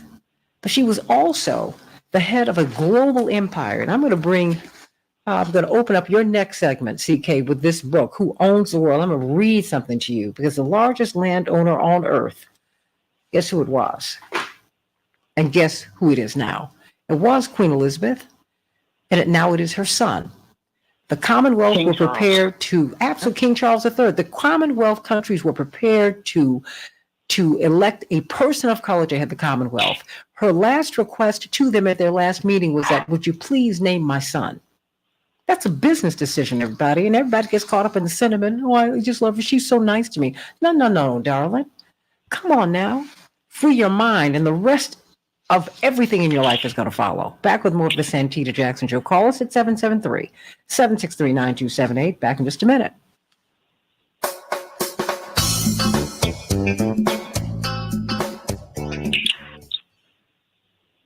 Hey, Freddie, how you doing, sweetie? Freddie Martinez, how are you? Fanya, L. Stanley Davis, everybody's sending Daryl some love today. I love that. Renee, you need to call in. You have so much to say, girl. You got a whole lot going on.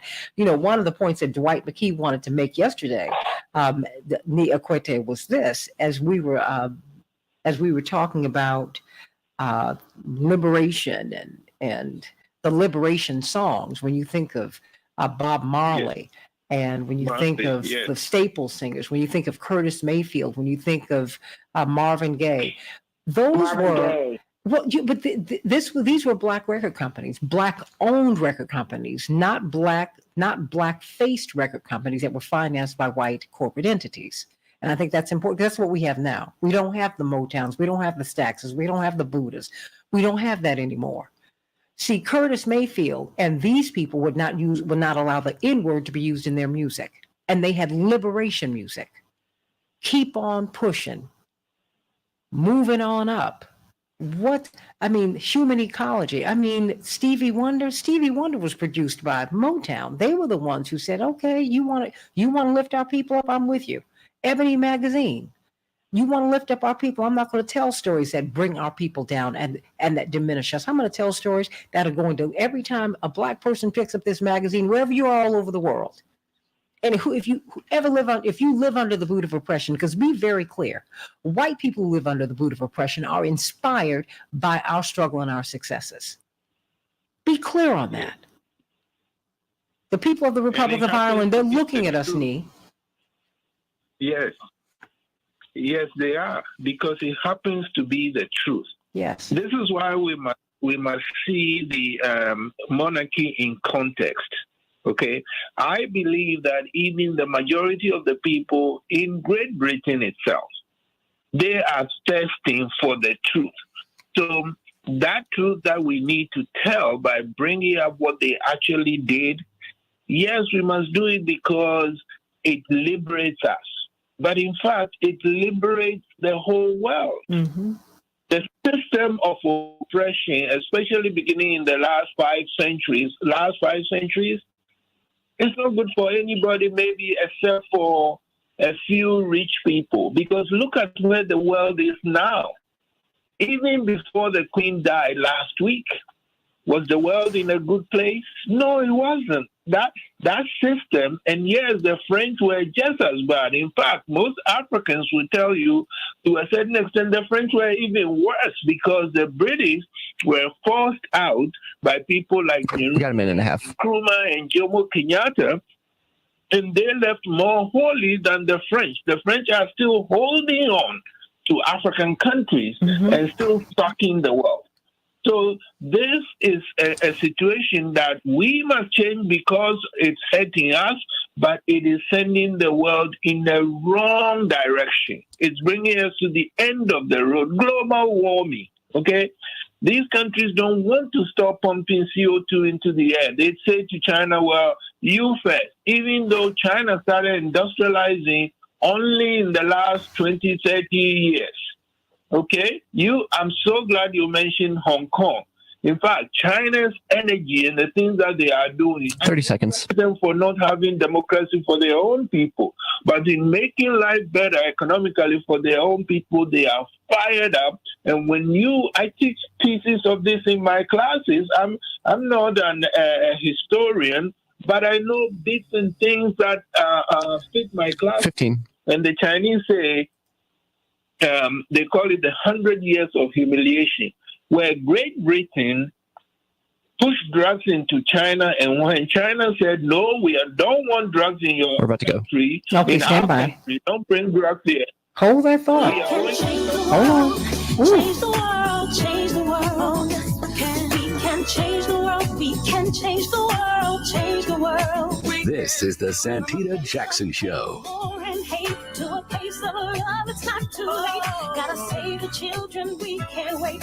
Let's change the world. I am breathing. Boy, are we CK Legal Q&A with CK Santita Jackson Show, WCPT 820 and AM 950 Radio, the voice of Progressive Minnesota, 773-763-9278. I want to thank Fred Eichner and the whole NewsWeb family, Mark Pinsky, Matt Cummings, Bedalia, my inaugurating producer.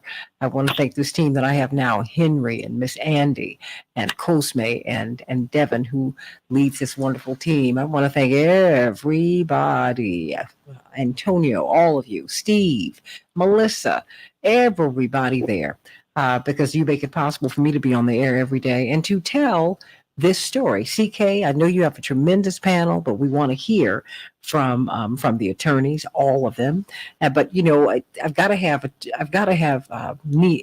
Akwete back on, because he's giving us a class. It's like, you know, we don't have to pay thousands of dollars in tuition.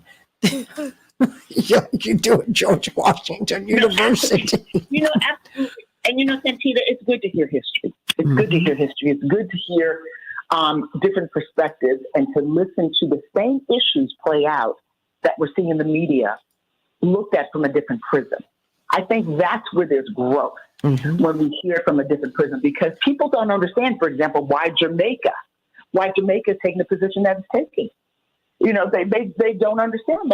There's some people that said, well, I mean, Jamaica should be very, very pleased. Britain has always played a constructive role in Jamaica. Oh, please. Well, and you know, and their PM is not even 50 years of age. Their prime minister, I think he's 46. So he's coming from a whole different place. He looked at Prince William and looked him in the eye and said, we are becoming a republic. You do know this. I love that man. Prime Minister Wholeness. That's a whole new thing. That's a whole new thing. But, you know, Santita, I'd like to bring on Lateef Aguilar-Wu and get his perspective on this.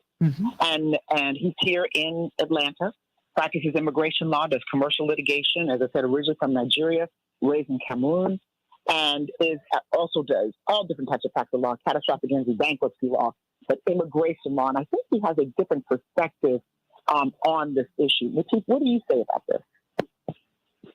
Thank you, CK. First of all, I have to acknowledge what the professor said earlier, the notion that in fighting colonialism in Africa, we were inspired by what the civil rights movement did here in America. That's very, very important. Kwame Nkrumah was right here, and he learned, he saw what the others were doing, and that inspired him to say, hey, we can do the same thing. We can stand up to the white man that's really in our land colonizing us. And so that establishes one issue. Right? We have a bond. We have a bond between African Americans as really the leaders culturally. I was in college in Nigeria, and Ebony Magazine, everything that was happening here was also what we took a cue from in terms of the music we listened to, in terms of, you know, the way we dress and all of that. So there is a link, and it's a very, very strong link. Now, that said, to come back to the Queen, as far as the Queen is concerned and the Commonwealth is concerned, the United Kingdom is not what it used to be 100 years ago. Now, the United Kingdom is just one of many rich countries. And that's significant, even though they still are the leaders of the Commonwealth. But the Commonwealth today doesn't really have any kind of substantive power over the members' countries. More like a club. Somewhat like a club that you can join freely. And I think what we need to appreciate in this discussion is what is the power that we have as former colonized countries to aspire to and achieve the kind of economic independence that we need to have in a changing world. Reparation is a good fight. We need to have it, you know, but also, I think more importantly, there has to be, CK alluded to the example of the Jews after Hitler, the Holocaust and all of that. And that's all well and good. That's relatively more recent. All right, slavery is over 400 years. In terms of evidence, it's going to be difficult to really make the case for things that happened 400 years ago. But that said, we have a situation where most poor countries in Africa, in Asia, are highly indebted to banks owned by the rich countries. One form of reparation would be to really look at completely forgiving those debts so that we can start on a tabula rasa. You know, that's one way to look at that issue of reparation. And I will add to that more significantly, we have been independent in Africa, in some of the Caribbean countries, for 60 years now. You know, that's enough for a country to get out of economic quagmire and start building its own economy to the same parity level as the other economies.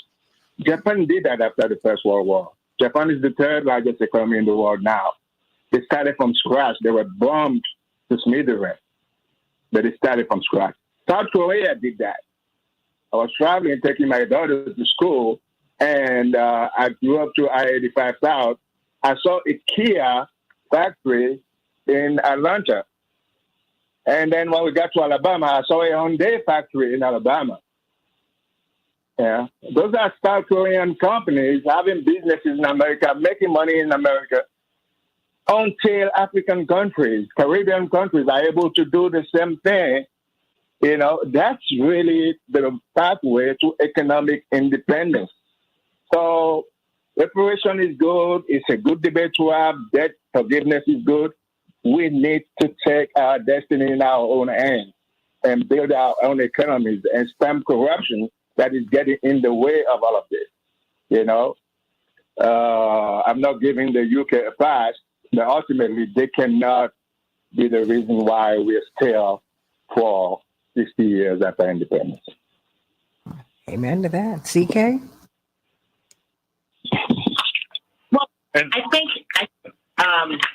you know, in looking at this whole question, you know, we're like, where do we go from here? It's hard, you know, I can understand how India can say that crown jewel that was stolen from us. They can identify that. But there are billions and trillions of dollars in jewels that are stolen that can't be traced as easily. And I think that's a difficult proposition. But I do believe some of the things Latifah's raised are valid, and legally there is support for that because there is, again, a roadmap for making good, erasing debt, some form of reparation. But, you know, we looked at and we talked on this show, Santita, a lot about Haiti and what has happened with Haiti over the years. And attorneys did not. The news today. Pardon me? The news today from Haiti is not even good. So I'm glad you are going there because we need to understand the history of how we came to this. I agree totally, but part of it, as Santita has said over and over and over, more wealth is still flowing out of Africa. My brother is so right. We've been independent 60 years, but that was political independence. They still have economic tentacles sucking the wealth out of Africa. So the next step is to stop that sucking. I can tell you, just go into Google and put in uppercase I, uppercase F, uppercase F. IFF. They call it illicit financial flows. And that is a fancy term for the wealth that Santita has been saying over and over and over is still flowing out of Africa. The UN estimated it. The Thabo Mbeki of South Africa was appointed by the Africans to measure it. They all came out with the same number. As we speak, every year, 100 billion with a B, is being stolen out of Africa. So we have to stop that. We are at the beginning of a long journey of repairing Africa, repairing the diaspora, indeed repairing the world. So just political independence will not do it. My brother is right. We need to build economic independence, and we must do it. And he's right also about Japan. But you know what? Once Japan was bombed, the Chinese, the communists, won the Civil War, and the United States made an about. They said, okay, we don't want communism in Japan, so what do? We have to help Japan prosper economically. Toyota grew out of the Vietnam War when they started making Jeeps. Now look how widespread they are. So they were helped by the United States to make sure communism doesn't spread too much, and this is why you also got the Vietnam War. So we need to have a good understanding of the system we are in. And yes, there is corruption in Africa, no question about it. But there is corruption in every country, and the global corruption that sucks 100 billion out of Africa every year. The people who control those systems, African leaders are more, today's African leaders are more or less economic, puppets. The puppeteers are in London. Santita has been saying over and over and over. The world is stuck into Europe. So we have to focus on that and stop the sucking. CK, we haven't heard from Anastasia and Robert. I'd love to hear from Anastasia next. And again, I started talking about Haiti because I think we can learn. We have to take a page out of the book of what happened to Haiti when we look about what do we do next and what has worked and what hasn't worked. Hi, good morning, everyone. Good morning, Santita. Thank you so much for having me on. I am excited to be a part of this panel because we come from the Haitian people come from a totally different perspective. They acquired their independence from all colonial nations in 1804, so they've had 218 years, not just 60, but 218 years of political and economic independence. But what has that brought us? It has not brought us the economic wealth that people think will automatically come with that level of independence. I want to make sure that everyone understands that Haiti, when they fought off France, when they fought off Britain, when they fought off the Spaniards, when they fought off the United States, they took a big step towards freedom as the slaves that were once colonized. But in that respect, they also took a huge step back economically. As everyone has already mentioned, what is colonialism, right? It is basically the policy and practice of acquiring full or partial political control over another country, right? And they occupy it with, at the time, they were called settlers. They're not called settlers now. But what the main point of that is that colonialists exploit countries economically. And when we talk about the Commonwealth, as you know, founded December 11th, 1931, has 56 member states. 15 of those member states are considered part of the realm of the current King Charles III. 36 of those member states are considered republics, and 5 are known to have different monarchs. But at the end of the day, the Commonwealth of Nations, just simply referred to, is a political association. And all of this political association means there's an exploitation of economics coming from these countries. And the beneficiaries of the exploitation is the British Empire. Okay, so many of them, although they were former quote unquote territories of the British Empire, and they've had, as the 2 other panelists have mentioned, freedom for their previous colonialism, I would disagree and say that there's no freedom there. I believe that the current member states have not really endured what it would really truly be like to be a free state, like Haiti has. Haiti is suffering from a variety of different ailments at this point. Right now, security is not well. We have gangs that are ravishing different parts of the capital city of Port-au-Prince. They're killing people. 2 journalists passed away yesterday because they were reporting on the violence that was taking place in Haiti. But the opportunity for these countries that are part of the Commonwealth to ultimately be free will take them economically into a situation that they're not ready for. Because Haiti, although they've been suffering and they've been trying to get their economic independence, they're unable to do it. So when we think about countries when we talk about reparations, when we think about countries that are going to need reparations, Haiti should be the first on anyone's list, because it was all 4 of these nations that I've mentioned, the United States, Britain, France. Spain, and France. They need to give them back. CK, we haven't heard from Robert.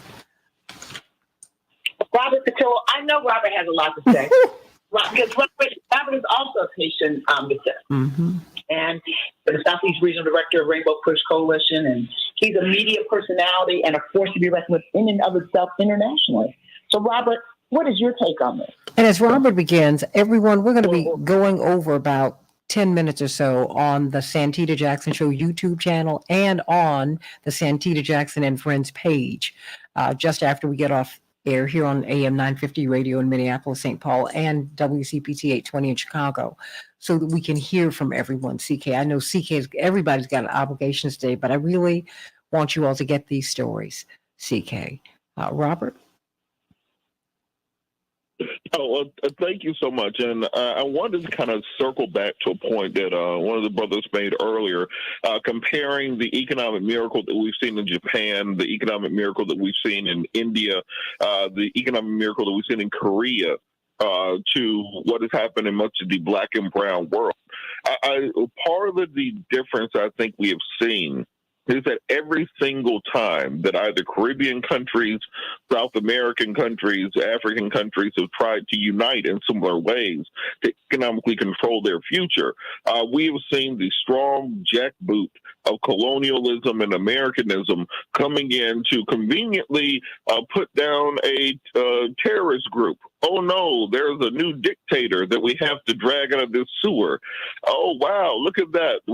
This person is now a despot, and we have to give them some more freedom. We're going to do so by removing their leadership, declaring their party apparatus to be terrorists, and then killing them.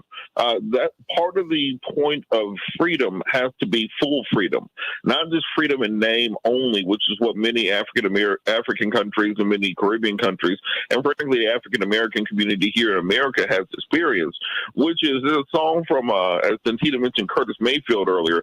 He has a song called "They're Killing Up Our Leaders."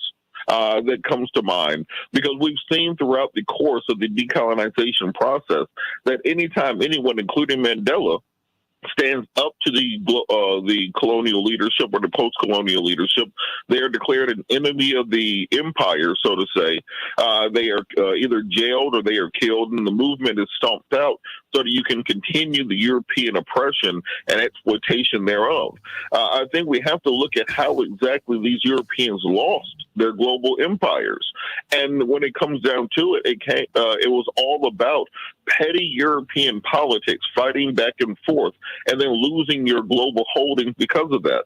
Napoleon lost Haiti because they were enthralled in the Napoleonic Wars. Britain lost America as a result of the 7 Years' War.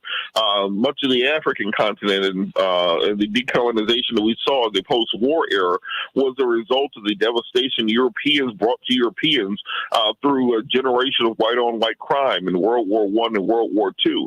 So we have to look at the totality of the story and then say, well, once we are able to fully take the jackboot of Europe off the throat to the rest of the world, then we can see things such as the economic miracle of Japan happening. We're seeing that in Nigeria now, which many people are saying is going to be the China of Africa. We're seeing that in Ghana, where parts of Angola are that way once they were able to kick the Portuguese out. And now what the Europeans have learned how to do is how to use corporations to subjugate people, no different than the Dutch East Indian Company or the British East India Company, because they know that corporations like Exxon and Mobil and others have just as much power to enforce European colonialism as any standing army would. So the process of colonization took 500 years to fully infect the globe. And it's our job as a generation to finally take the last bits of rot of it away. And as the monarchy transitions, this is the perfect time for us to unite across those lines. Once people start understanding that slavery and Jim Crow in America was very similar to slavery and colonization in Central America and South America and the Caribbean and Africa and the Indian subcontinent and Southeast Asia, there's a reason that you can be on the Mekong Delta in Vietnam and get a baguette and a croissant because of colonization.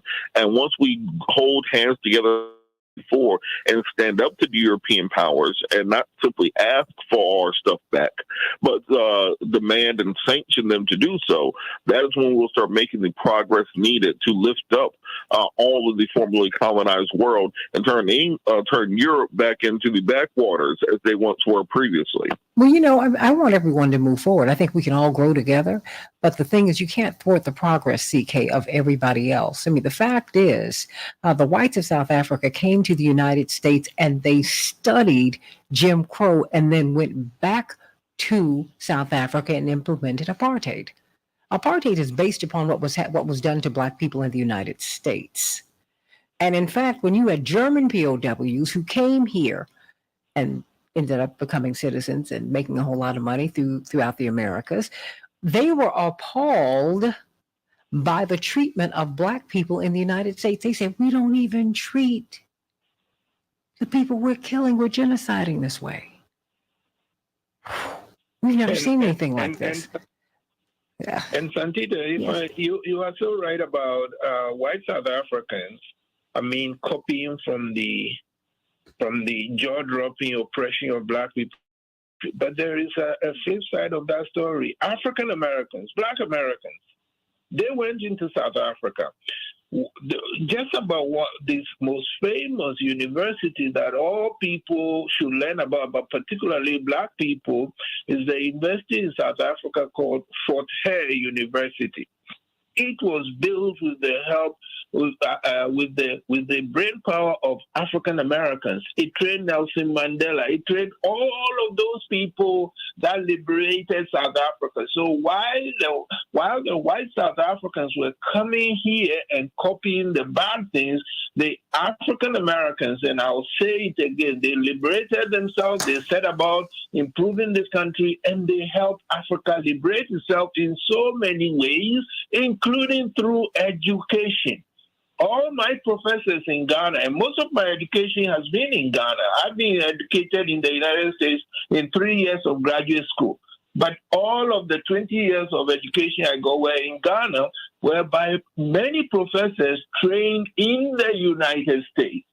So, and they studied at HBCUs. So Amen. I will emphasize again how African Americans have helped Africa, and there is nothing more I want Africans on the continent and the few million who are here in the U.S. to understand the heroism of African Americans, what they have done, what they continue to do.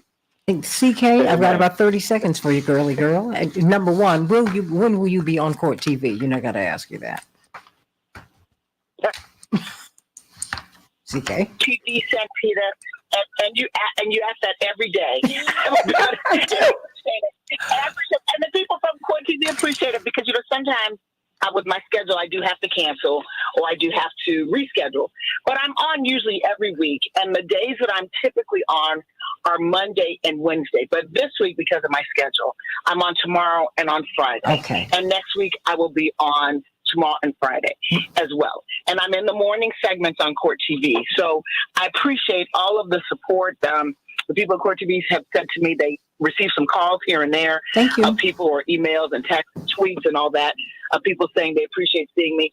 And I appreciate doing the legal analysis. But I want to say, Santita, I started this journey of really escalating my legal analysis and commentary here with you, and I thank you for that. So in the last few seconds, I want to say this. We have to keep talking about this and then escalate to action.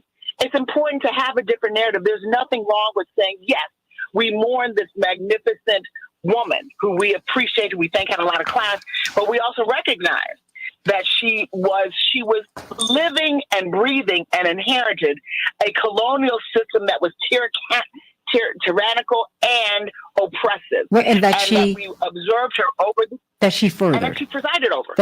She presided over it, right. And she modernized it.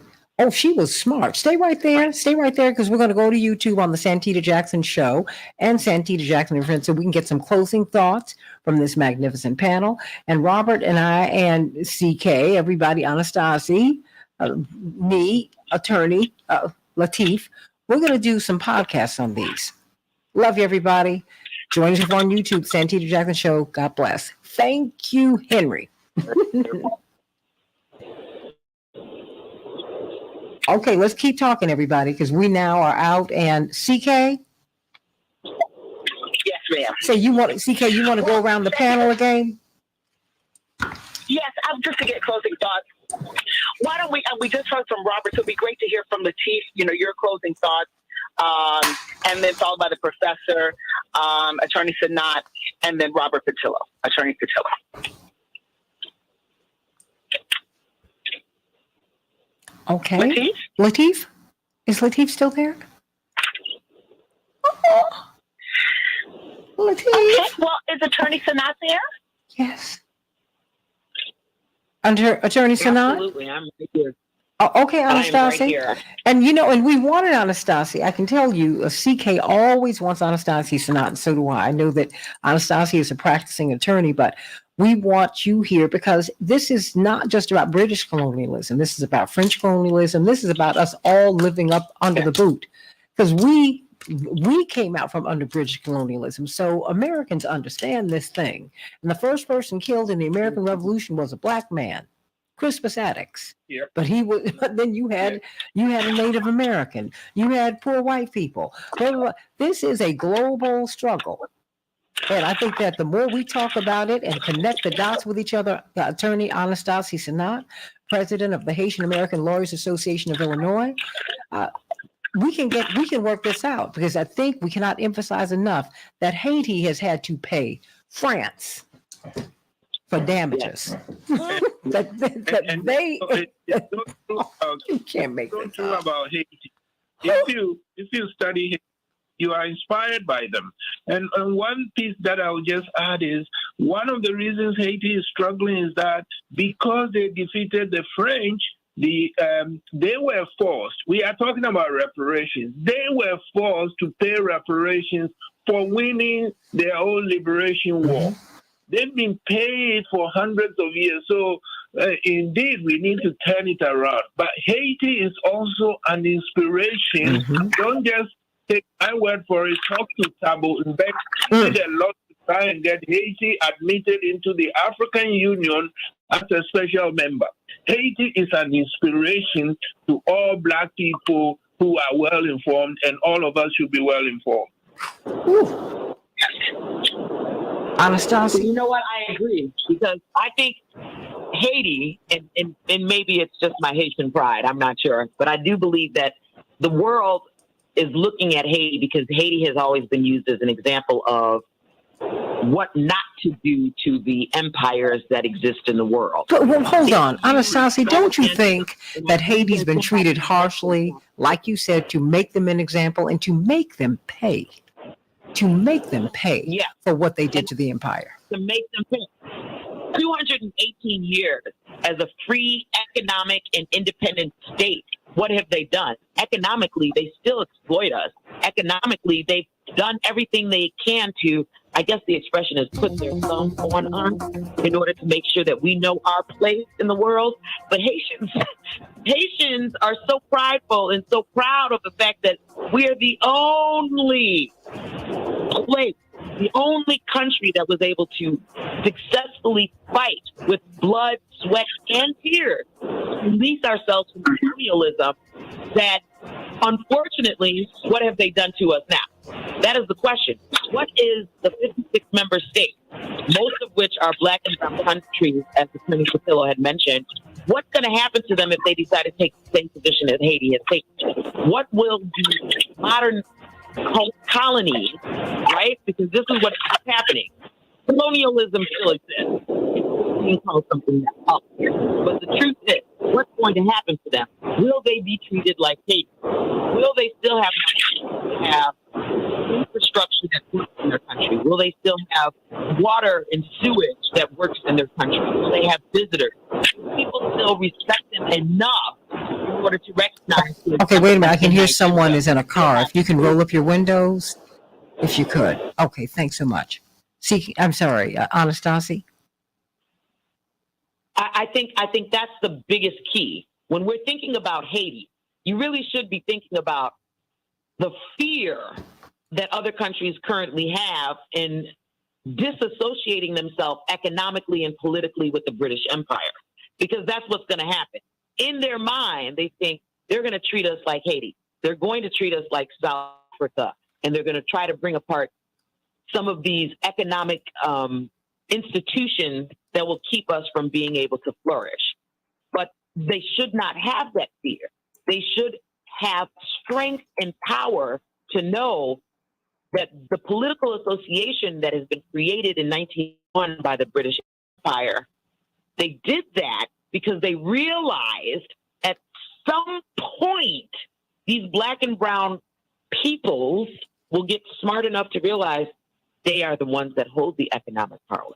They are the ones that hold the resources that makes these other countries rich. And once these countries realize their vast wealth, then I think there was a TED Talk done on it as well. They will know they don't need to have their monetary resources determined by the British Empire or other, I guess you can say, empires in the world. And I like to include the United States. Proud American, but I like to include the United States. There's no but to that. You know, you can be proud. You can be proud of America and critique it. In fact, if you cannot love America and not you critique who you love and what you love because you want it to be right. Continue. And Santita, just like you can mourn Queen Elizabeth. You can mourn Queen Elizabeth and think she was classy, a wonderful something or another, and a great individual, and understand that she perpetuated over a very, very tyrannical, I'm trying to think of the word, empire for decades. So, I mean, we can walk and chew bubblegum at the same time because we can call history what it is. Amen to that. Amen to that. I mean, it's just, it's the thing is, she's a woman of her word. I appreciate it. But what word did she keep? And Santita, yeah. could you connect all of us? I would very much like to stay in touch with this amazing, brilliant network of people to learn from them. You were joking with me. I said, look, they call me professor. I'm just an agitator, I'm actually a student. So I am taking mental notes, but I would like to connect with everybody, including, it seems like Attorney Latif has left. I would like to connect with everybody. So everyone, please bear with me. Have Santita share with me your emails and your phone numbers or whichever way you want us to connect. I would like to stay in touch with you and learn some more. And I'll make sure that you get Latif's information. HALNEIL.org, or you can reach me at hala.illinois@gmail.com. I'm the president of the Haitian American Lawyers Association. Anyone can reach me. Well, what we will do that. And people want to know if you have a website. No, in fact, I'm thinking of constructing one because I've run a number of them. I have writing scattered all over, so I'm thinking of constructing one, especially because, as I said to you, seriously, because we need new histories of the last 5 centuries. We need to write our own history. Mm-hmm. Amen. CK, you said I knew you were running this morning. Did CK leave? I think she might have. Well, Robert Patillo? Robert, we've got to do these podcasts.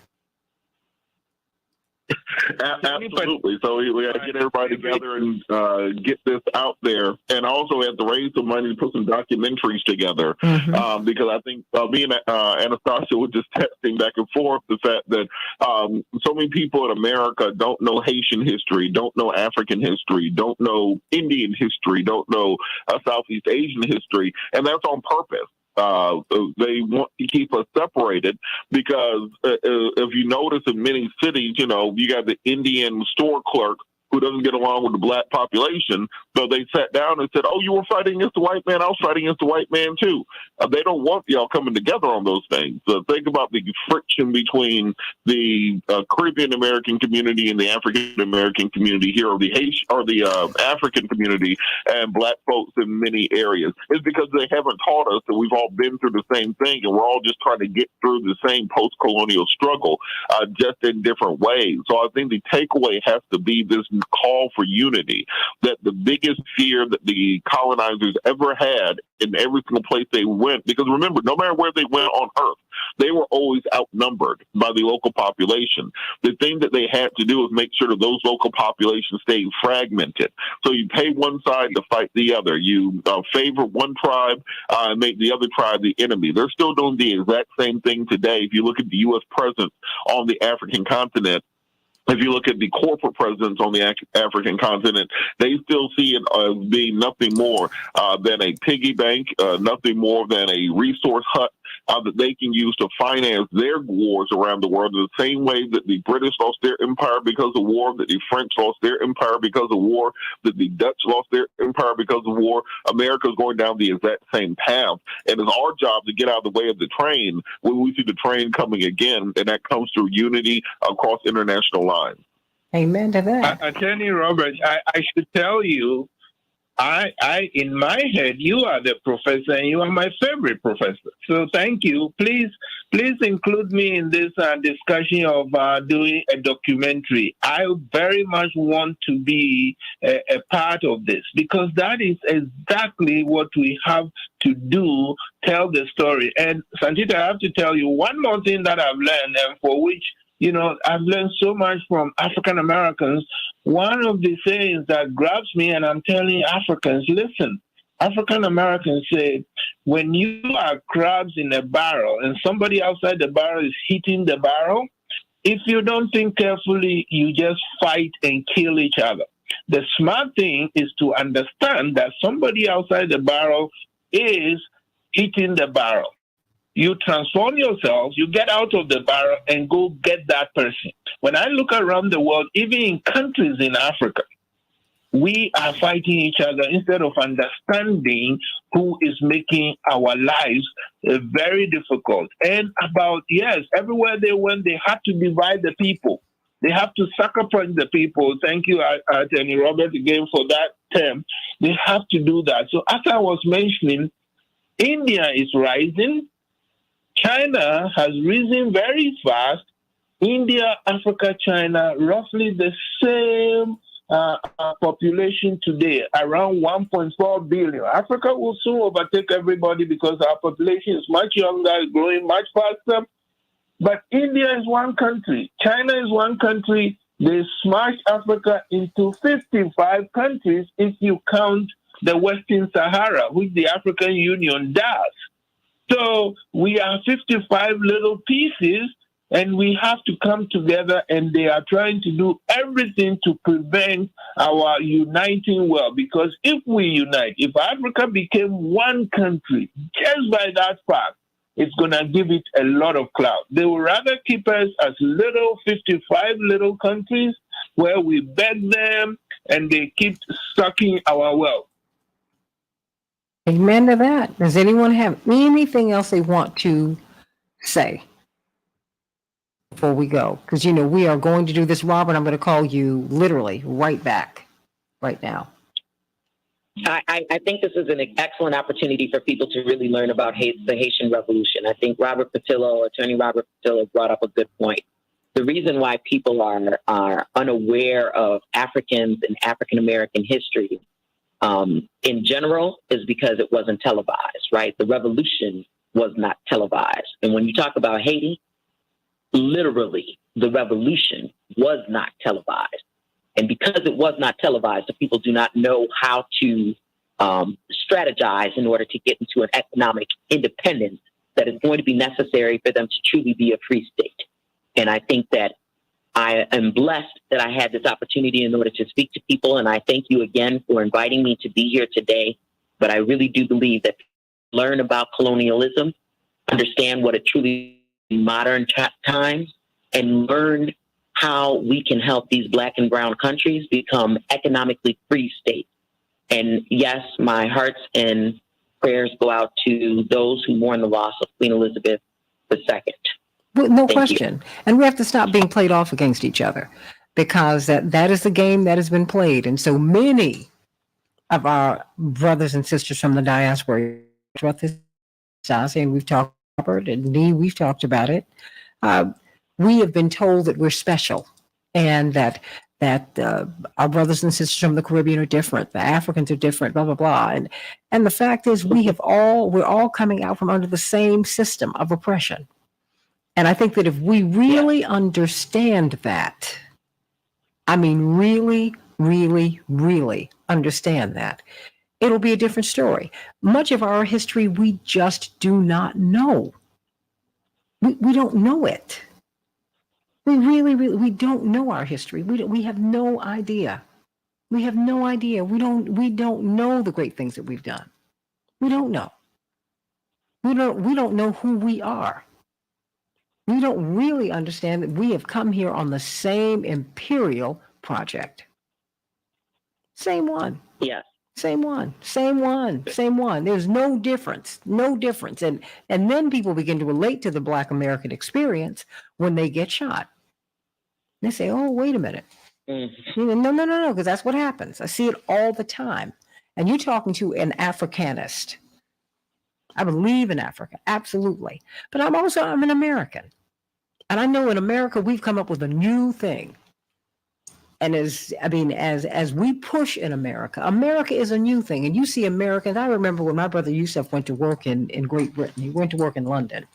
I said, one thing, you'll see a lot of things. I said, but honey, when you walk down the street, you've been to London before, but it's another thing to go there. And it's another thing to go and live and work there. And he did that for the summers when he was in law school.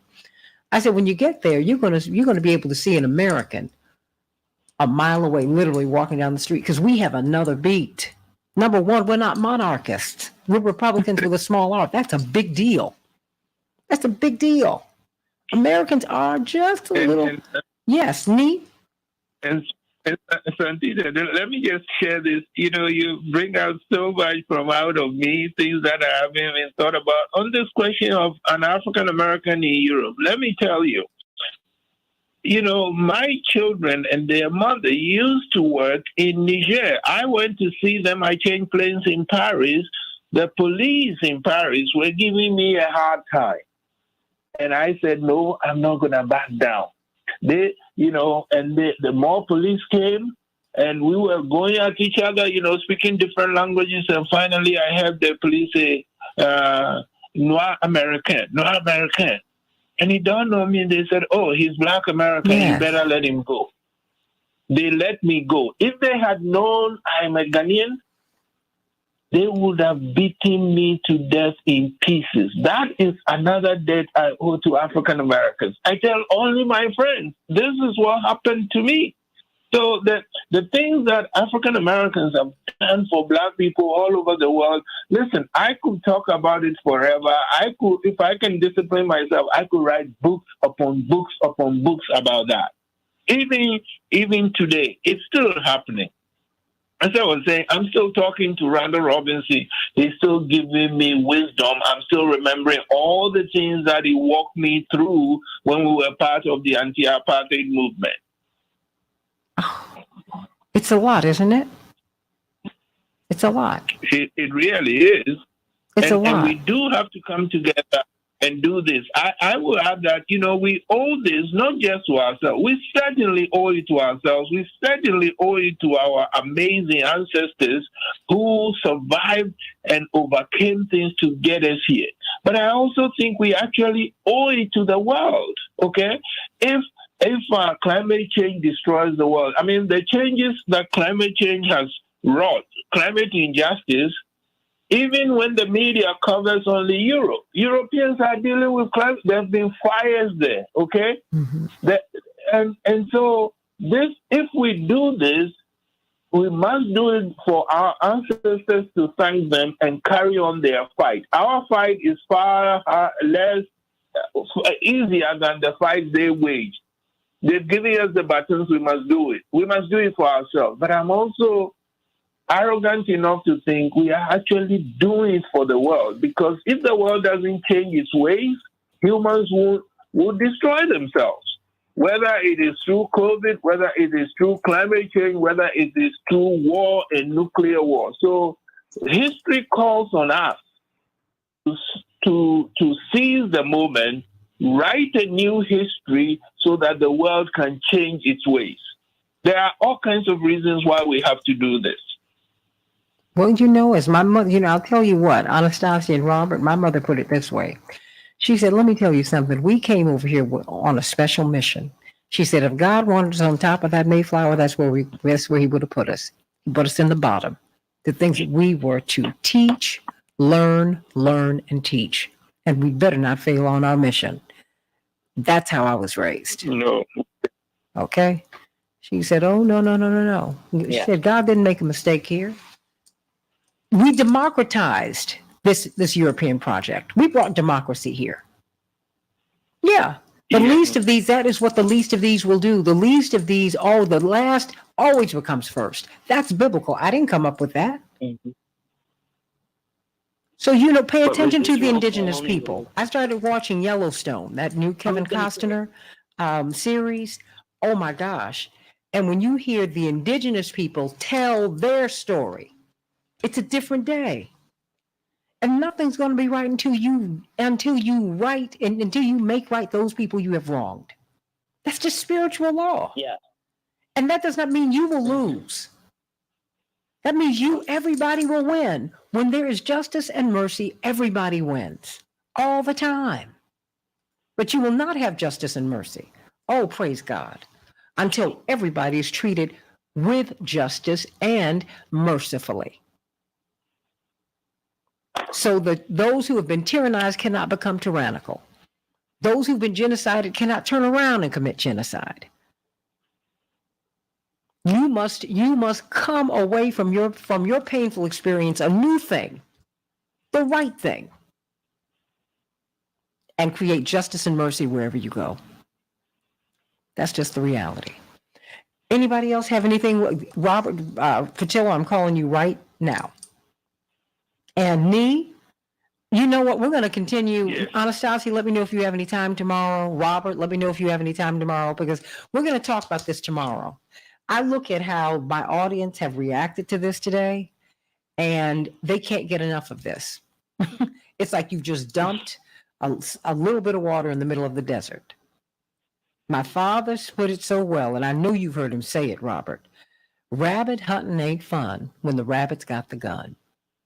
I am not espousing violence, but history is a very different thing when those who have been oppressed write it, as opposed to their oppressors, who always come off as the winners. Yeah. You know? Thank you. Thank you, Santita, so much today. I love you all. I love you, Anastasia. Let me know if you can join us, Anastasia, tomorrow morning, because we've got to tell this story. We got to tell it. Talk to you all day. Yeah. All right. Well, I'm watching these horse-drawn carriages and all these diamonds and whatnot. Are you kidding me? Girl, you better be available. I heard you. Shoot. Have a wonderful day. Yeah, don't you leave me here by myself. And people need to hear you and all your brilliance. How about that? So we're going to do that. We are going to do that. I do actually understand that. What you say, hon? I have a day job. I know you do. I said, I understand, but I have a day job. You have a day job, but you know what? This is your mission. And this is what you'll be remembered for. Yeah. For freeing people. Correct. There are jobs and there are missions. This is your mission. Otherwise, you'd be a practicing attorney and you'd be making a lot more money, but you decided to become a freedom fighter and a fighter for justice. Yes. And that's why we have to come together. Yes, ma'am. Boom. That's the end of that. So yeah, I appreciate your job. I got a few of them. That's why I have health insurance. But I have a mission, which is why I get up at 2:00 in the morning to do this. Okay? That's why we're doing this. Right. Because the audience today said this is great information. Haven't heard this. No, and they're not going to hear it unless we pay for the platform, because I pay for the show. This is a show I own. I'm not paid by the station. I do it. And I have to go out and find my sponsors and do it. And doing this kind of talk, believe me, people become reluctant to sponsor you, but that's okay.